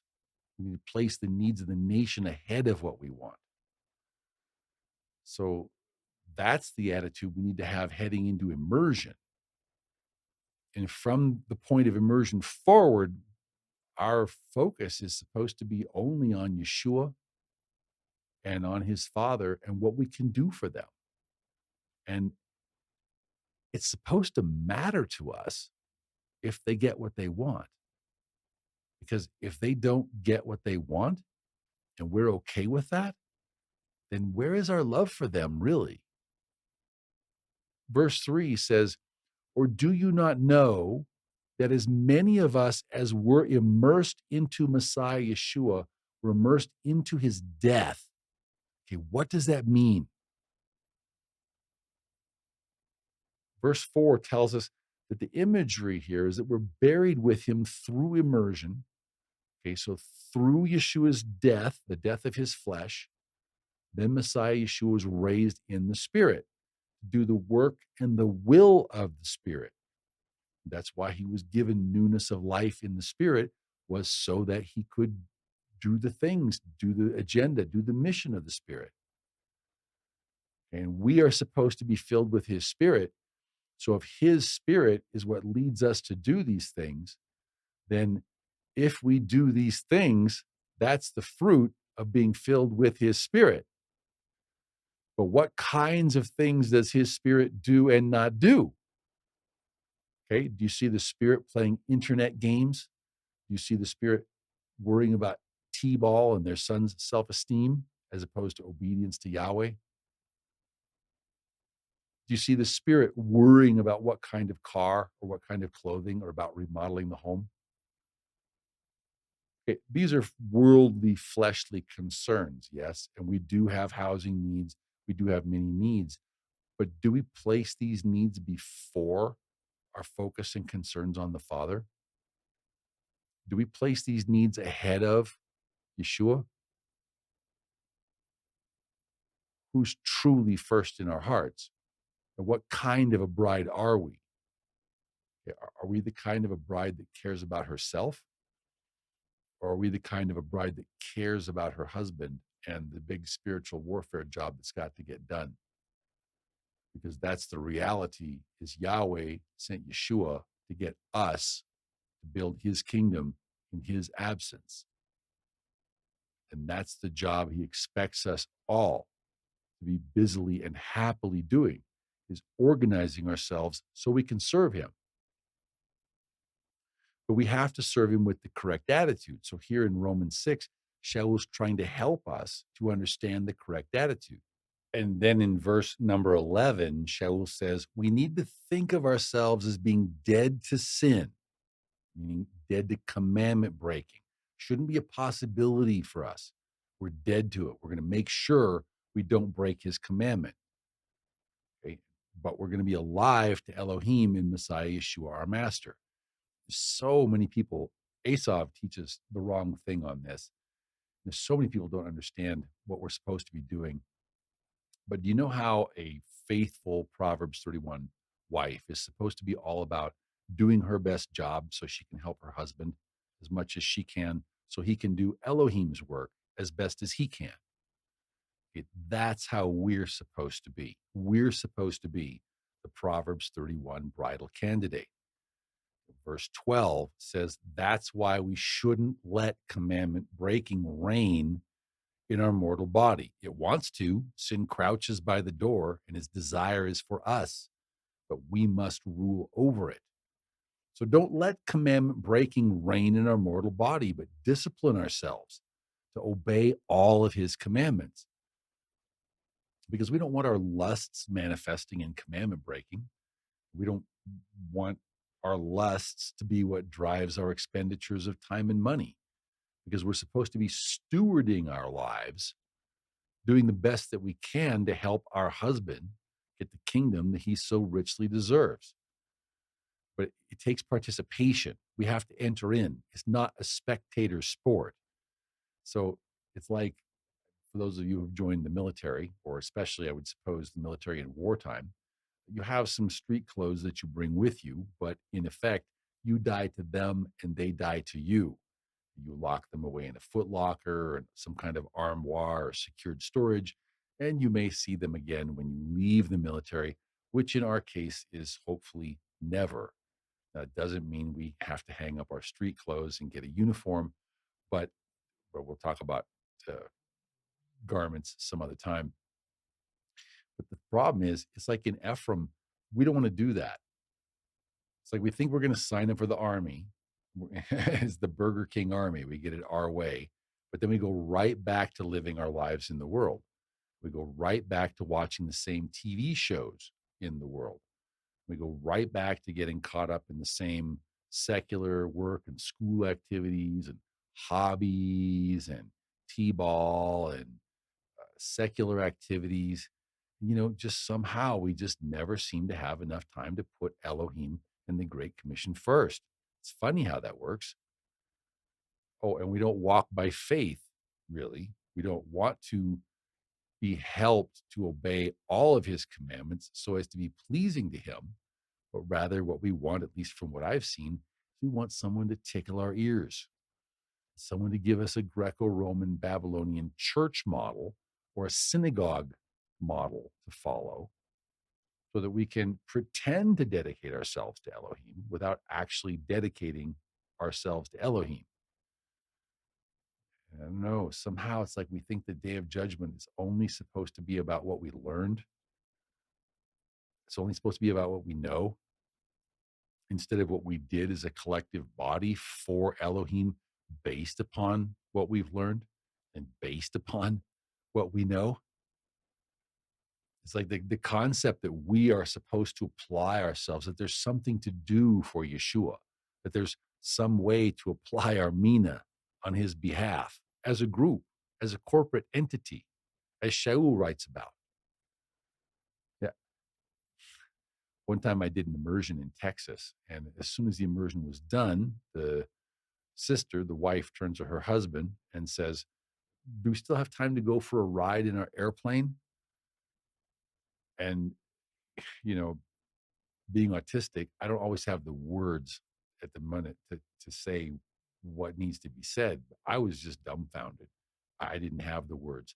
I just kind of stood there with my mouth open, trying to understand the mindset of our people, so that maybe somehow, someday, I could help them to understand what's needful, so that the 10% of them that want to survive what's coming can prepare themselves and make oil for their lamps and survive.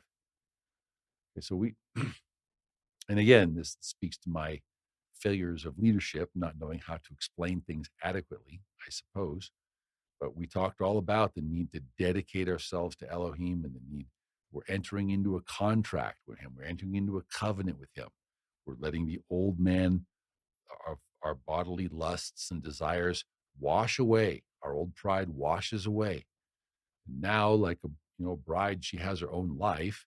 She gives up her life to support her husband in his work so he can serve the Father. Well, we talked all about these things. The Spirit didn't fall, apparently. So my the teaching was, you keep asking and seeking and knocking until the Spirit does fall. Just taught about this like maybe 30 minutes before the immersion. So it's like, dunk, check. Now we're immersed. Now everything is on Yahweh. Okay, now let's go flying. for our own personal pleasure, even though it has absolutely nothing to do with building Yeshua's kingdom in his absence. Yeah. It's spending our mina on ourselves, basically. So I, I'll say, it's not that I hadn't taught on it. I suppose I didn't know how to explain, but it's like, if no one is asking and seeking and knocking until the Spirit does fall, why is that?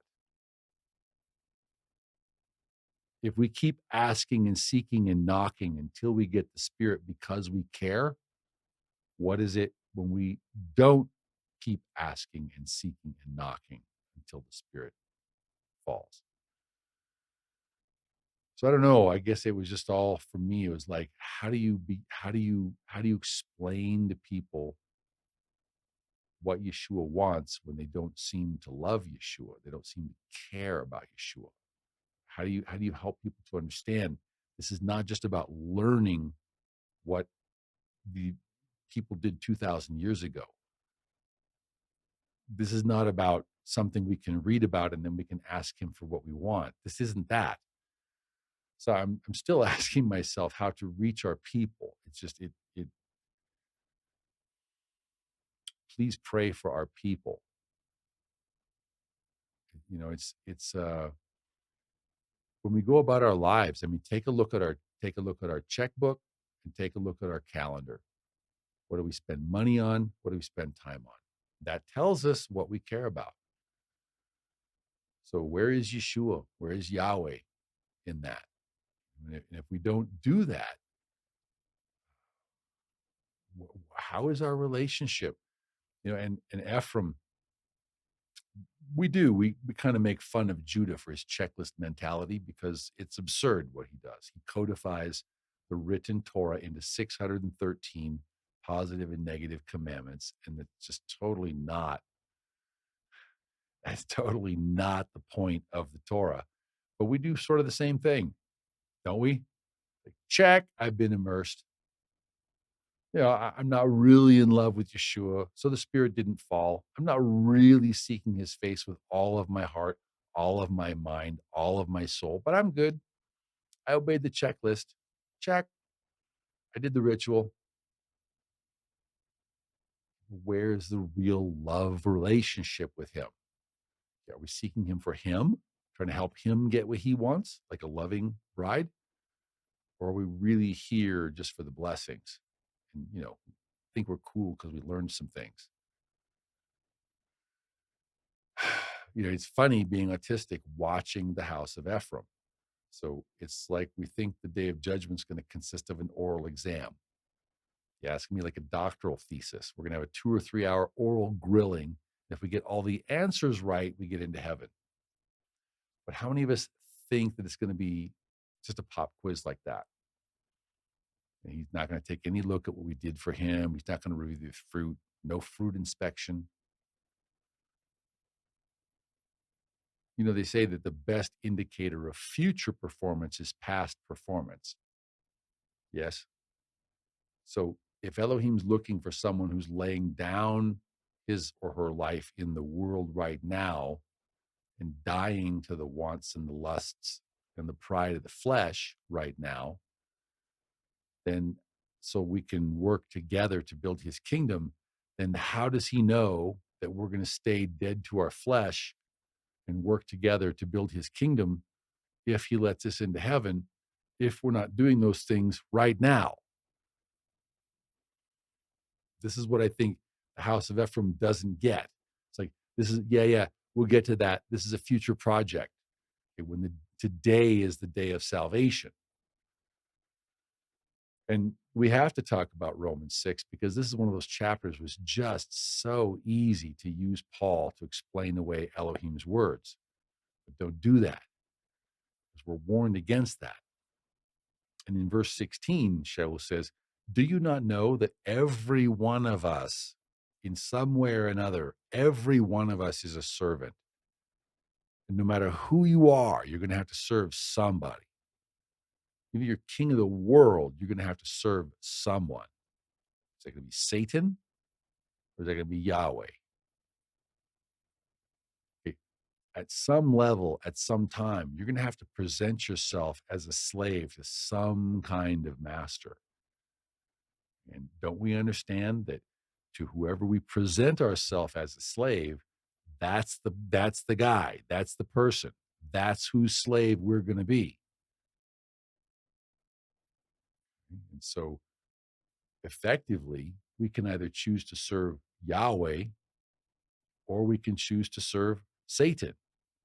Or if we choose to serve ourselves, then that effectively defaults to Satan over time. So, are we going to break his commandments, even though that pathway leads to death? We think it's going to be fine. Looks good in our eyes, but that pathway leads to death. Well, there is a path of obedience that leads to righteousness. Okay, that means leads to commandment keeping.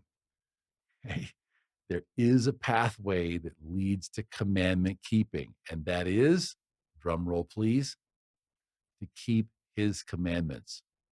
Okay, and that's Elohim's love language, is that if we love him, we should keep his commandments.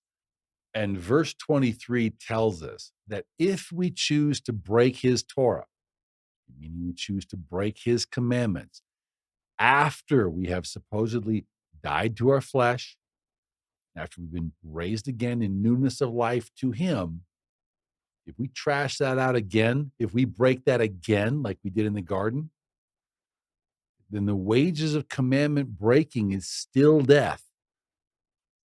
We get a clean slate. We get a fresh start. We don't get a pile of get out of jail free cards. We're supposed to be delivered from our commandment breaking because we are now filled with Yeshua's spirit.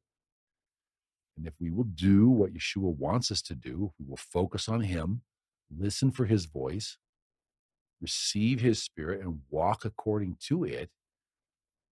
That's when we're going to receive his favor. That is what leads to eternal life in Messiah Yeshua, our master, is this deep, abiding one-on-one relationship with our husband as his Proverbs 31 bridal candidate. But it's not automatic. Asaph and many Protestant churches teach that this kind of a thing is automatic. And if we're ignorant or we're talking in context about what constitutes unwitting sin, what constitutes a sin of ignorance versus what constitutes just plain rebellion and failure to follow instructions, dereliction of duty. If we are willfully ignorant of the fact that we're called to stop living the old way, stop living after the flesh, and now live to the spirit, live to Yeshua, to the highest of standards. If we're not helping Yeshua to get the kingdom that his father sent him to come train us to get, to build for him in his absence, then how are we pleasing to him? How are we doing what he asks us to do? We were originally created to tend his garden while listening for his voice.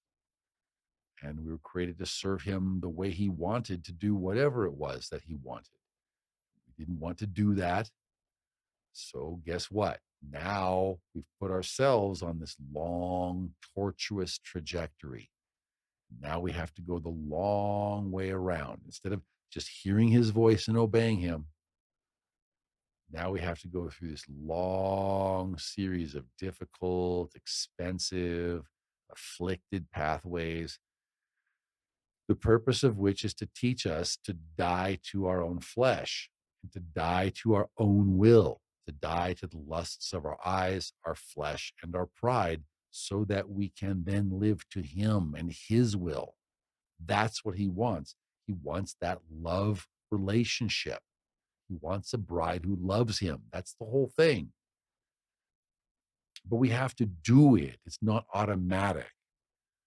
His will is that we seek first Yeshua's kingdom. Well, how do we do that? We seek first Yeshua's will. Well, how do we do that? Well, we seek to obey Yeshua's protocols. Ephesians chapter 4, Yeshua himself commands certain things. And if we will obey Yeshua's protocols, that's what's going to restore the world. That's going to bring mankind back into right relationship with Elohim. And that has to start first with us, because we're the white horse, we're Yeshua's people. Okay, that starts first with us. First, we get right with Elohim as individuals, and then we get right with Elohim as a people. And then once we are together and we also have a stick, now we have an opportunity to make the relationship right with brother Judah. And once we've done that, we can establish the millennial reign the way it's supposed to be. This is talking after Armageddon at this point. And then throughout the millennium, we have an opportunity to reach the remnant of cousin Ishmael. Bring cousin Ishmael in, those of him who will come. That's during the millennium. We'll talk about that more in the Abraham Accords and also in the Four Horses series. But we need to be preparing for that. These are things Elohim expects us to read his word and work on. Does T-ball do that? Going to the water park doesn't do that. Watching TV and secular movies, playing poker at your friend's house, that doesn't do that. They say you take a look at someone's checkbook and you take a look at their day timer and you can tell who they love. You can tell a lot about a person. What do they spend their time on? What do they spend their money on? So now let's go to Hebrews chapter 10. And I pray Yahweh is going to give me the right words. We get some excellent questions on this, and hopefully we can do a good job of summarizing things briefly. If not, refer you to the website and the studies. But for a lot of people, the concept that Yeshua came to bring us back to the written Torah of Moshe is a new and different thought. Now, but notice Hebrews 10 and verse 1 says that for the written Torah of Moshe, okay, we're not talking the Talmud, we're not talking the so-called oral Torah, but it says that the written Torah of Moshe has a shadow of the good things to come. Okay, why a shadow? He says, but it's not the very image of those good things to come. In other words, our dream isn't to have a temple.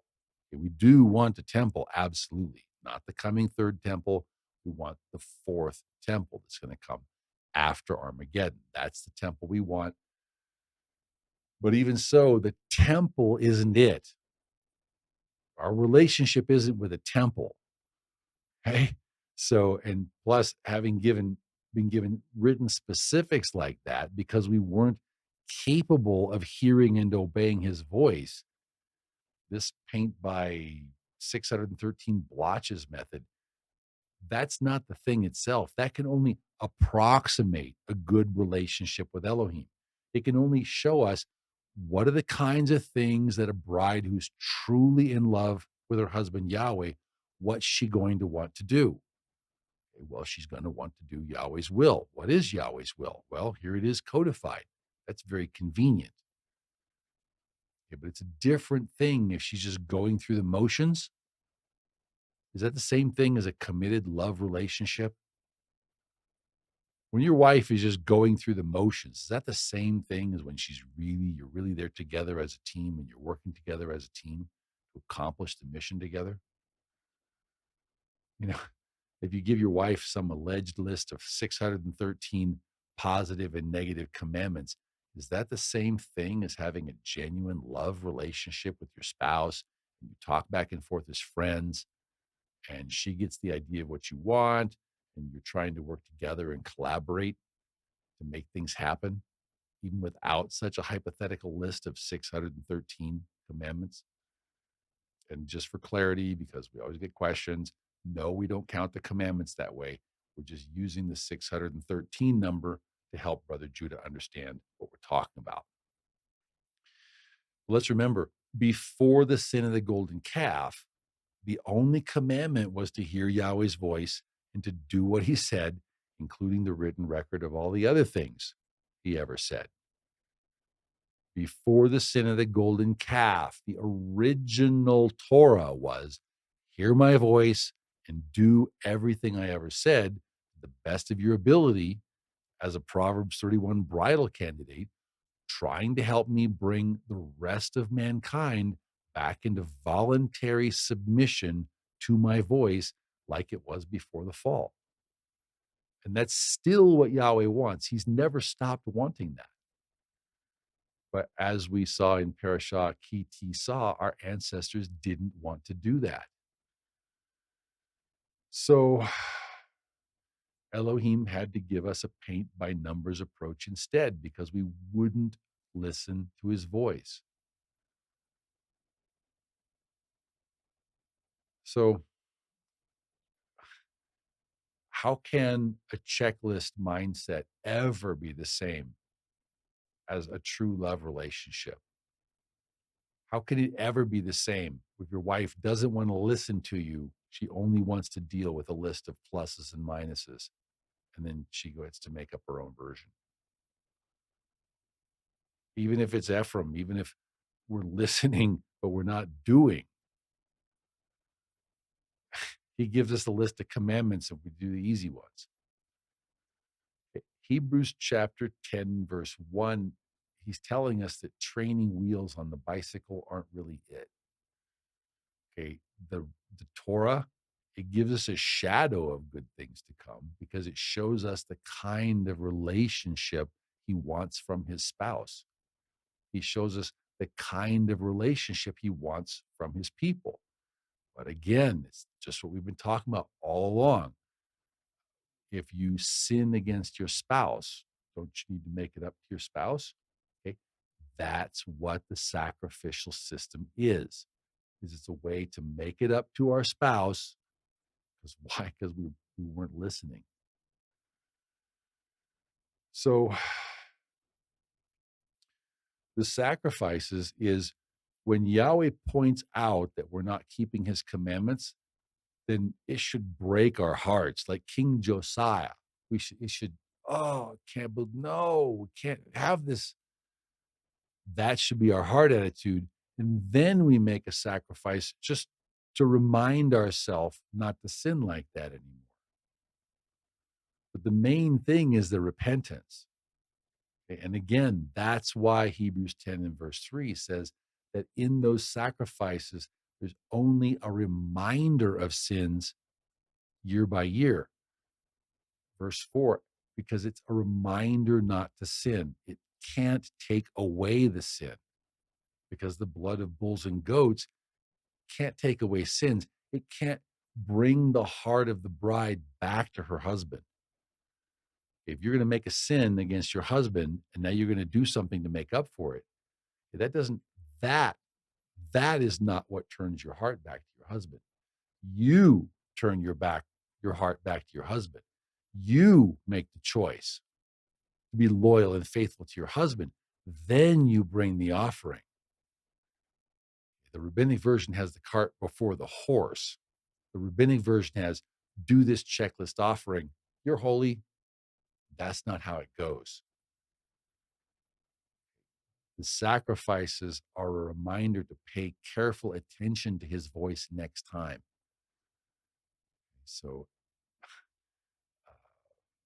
we already seen the only time Elohim accepts an offering is for a sin that is unintentional, meaning we didn't know, meaning we grew up under King Manasseh and no one knew what we're supposed to be doing because the temple service was in ruins, it was in waste. And the ironic thing that people don't get is, okay, if your name is Josiah and now now you're the one to pay a sacrifice to Elohim, even though you're the one, you didn't cause the problem. You're just trying to fix the problem. You're trying to atone for the situation. So now you're the one who's giving, but you're also the one who's going to receive the ultimate blessing. Do you see the difference in perspective? I know I go on for a long time. I'm trying to help our people understand the correct perspective so we can understand what it is we're reading, so we can understand that we need to be doing things for Elohim. He expects a busy bride, not a lazy one. So Elohim started us out in the Garden of Eden in a paradise. But we didn't care. We got everything for free. Everything was good to start with. And we just fell away from his voice and not doing what he said to do. Why did we do that? Because we didn't care. We didn't care about him. We didn't care about the relationship. And so why did we go into Egypt? What's the big deal about the first Pesach? Well, we didn't care about him. So now Abraham's children are going to spend 430 years in Egypt in hard bondage and slavery. And then Elohim is going to spring us from prison in the first Pesach. And I don't know, but to me, it seems like maybe he's hoping that there'll be some form of gratitude, some form of thankfulness for springing us from prison and for choosing to give us a new opportunity at eternal life, meaning a new opportunity at a right relationship with him. And this right relationship with him is going to be an exemplary relationship to the rest of mankind. The point of which is to help the rest of mankind voluntarily submit to his voice. Okay. You can't get all that from simple animal sacrifices. You're going to pay an animal sacrifice. Does that mean you're going to hear and obey his voice? Does that mean you're going to commit yourself to a love and loyalty relationship with him? No. If you have a love and loyalty relationship with him and then you sin, that's when you bring the atonement as a reminder not to sin.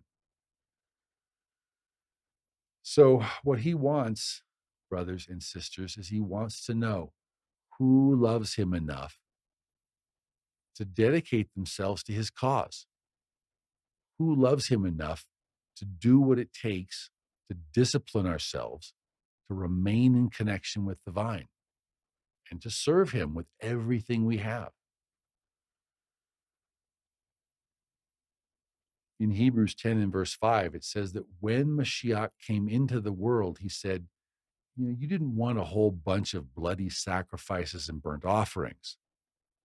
Okay, Father, what you wanted was to prepare a body of people joined and working together for me. You wanted the people for me who they wanted to lay down their lives. They wanted to ignore and rule over the lusts of their eyes, the lusts of their flesh, and their pride, so that they could help me do your will, O Father. That's the kind of a bride you wanted for me. That's the kind of a body you wanted for me. And in verse 7, Mashiach said, behold, I have come to do your will, O Elohim. He didn't come to do his own will. He, as a servant, came to do his Father's will. And if we are truly filled with his spirit, like we say, then won't we also be doing his Father's will and not our own will? In Ivrim or Hebrews 10 and verse 16, the Spirit says, but this is the covenant that I will make with them after those days, says Yahweh. I will put my Torah into their hearts, and in their minds I will write them. Okay, brothers, but if we're claiming this, where's the proof of our conversion? What is the fruit of our love for him? Are we bearing fruit worthy of repentance from rebellion against him? We're talking in context about what constitutes unintentional sin or sins of ignorance, as opposed to what constitutes rebellion and dereliction of duty. Are we doing those things that he said to do? Are we working together in conjunction with the unified foundation of apostles and prophets to establish his kingdom according to his word? Or are we perhaps supporting the work? The question is, are we doing something real to help establish Yeshua's kingdom in accordance with his word? Or are we fooling ourselves? Are we faking it, hoping we're going to make it anyway, even though we're not willing to put on the wedding garment of loving submission to his voice? Brothers, a lot of people treat this like this is something that can be put off until later, and it's not. We already saw in past parashiot in Second Thessalonians chapter 2 and verse 10. Those of us in Ephraim who are going to perish, they're going to suffer an unrighteous, meaning a Torahless deception, a deception that does not have Torah. Why? Because those of us, the 90% who are going to perish, would not receive the love of the truth in order that we might truly become saved and not just fooling ourselves. And Second Thessalonians 2 and verse 11 says, it is for this reason that Elohim will send the ones who perish a strong delusion, so that they should believe the lie, that they all may be condemned who did not believe the truth, Torah is truth, but who had pleasure in unrighteousness, meaning in Torahlessness, in lawlessness. Okay, so we get this, what's the right word? Babylon tells us we don't need to keep all the points of Torah. We do whatever's easy. We just say we're keeping the Torah. Or we write up our own law book and call it keeping Torah. But the thing is, brothers, Elohim does not excuse this. Okay? He does not count that kind of thing as a sin of ignorance. It's not like we didn't know. Rather, Elohim counts this as rebellion. Okay? Because if you know you're supposed to be helping to build a unified body for Yeshua, and you know you're supposed to be working together and unifying the body on a single foundation of apostles and prophets, because you read it, but you're just not willing to do it. Okay, he counts that as rebellion. He counts that like he asked you to do something nicely, and we, the servants, said no. That's rebellion. That's a death penalty offense. That's not unintentional sin.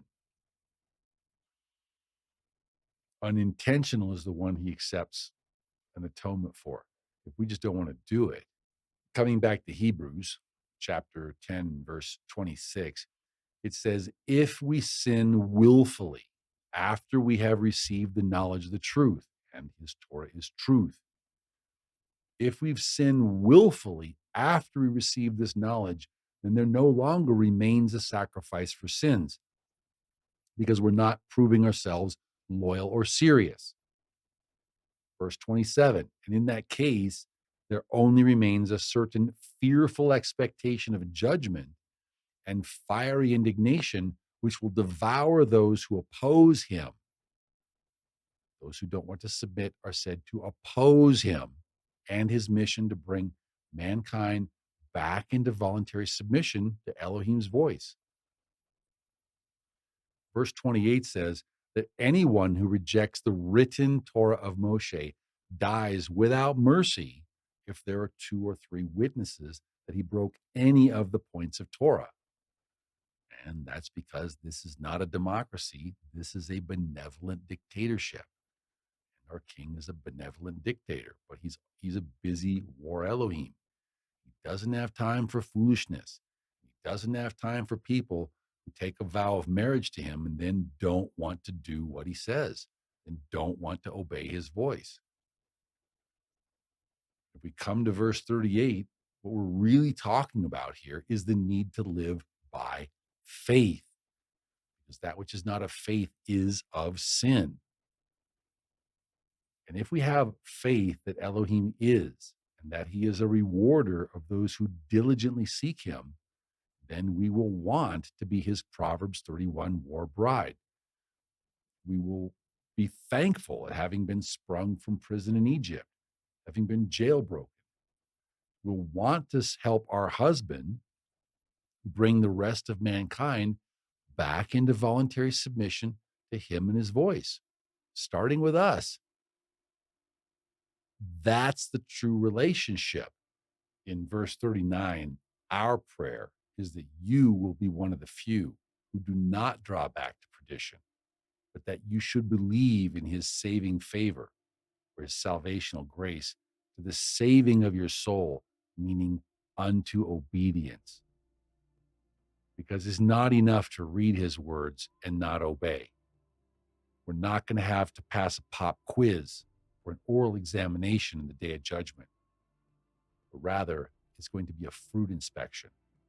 He's going to inspect our fruits. Are we obeying his voice? Are we producing fruits worthy of repentance? Or are we willfully ignorant of the need? Please pray with me for the salvation of the future 10% of the house of Ephraim and the remnant of the house of Judah. Shabbat Shalom.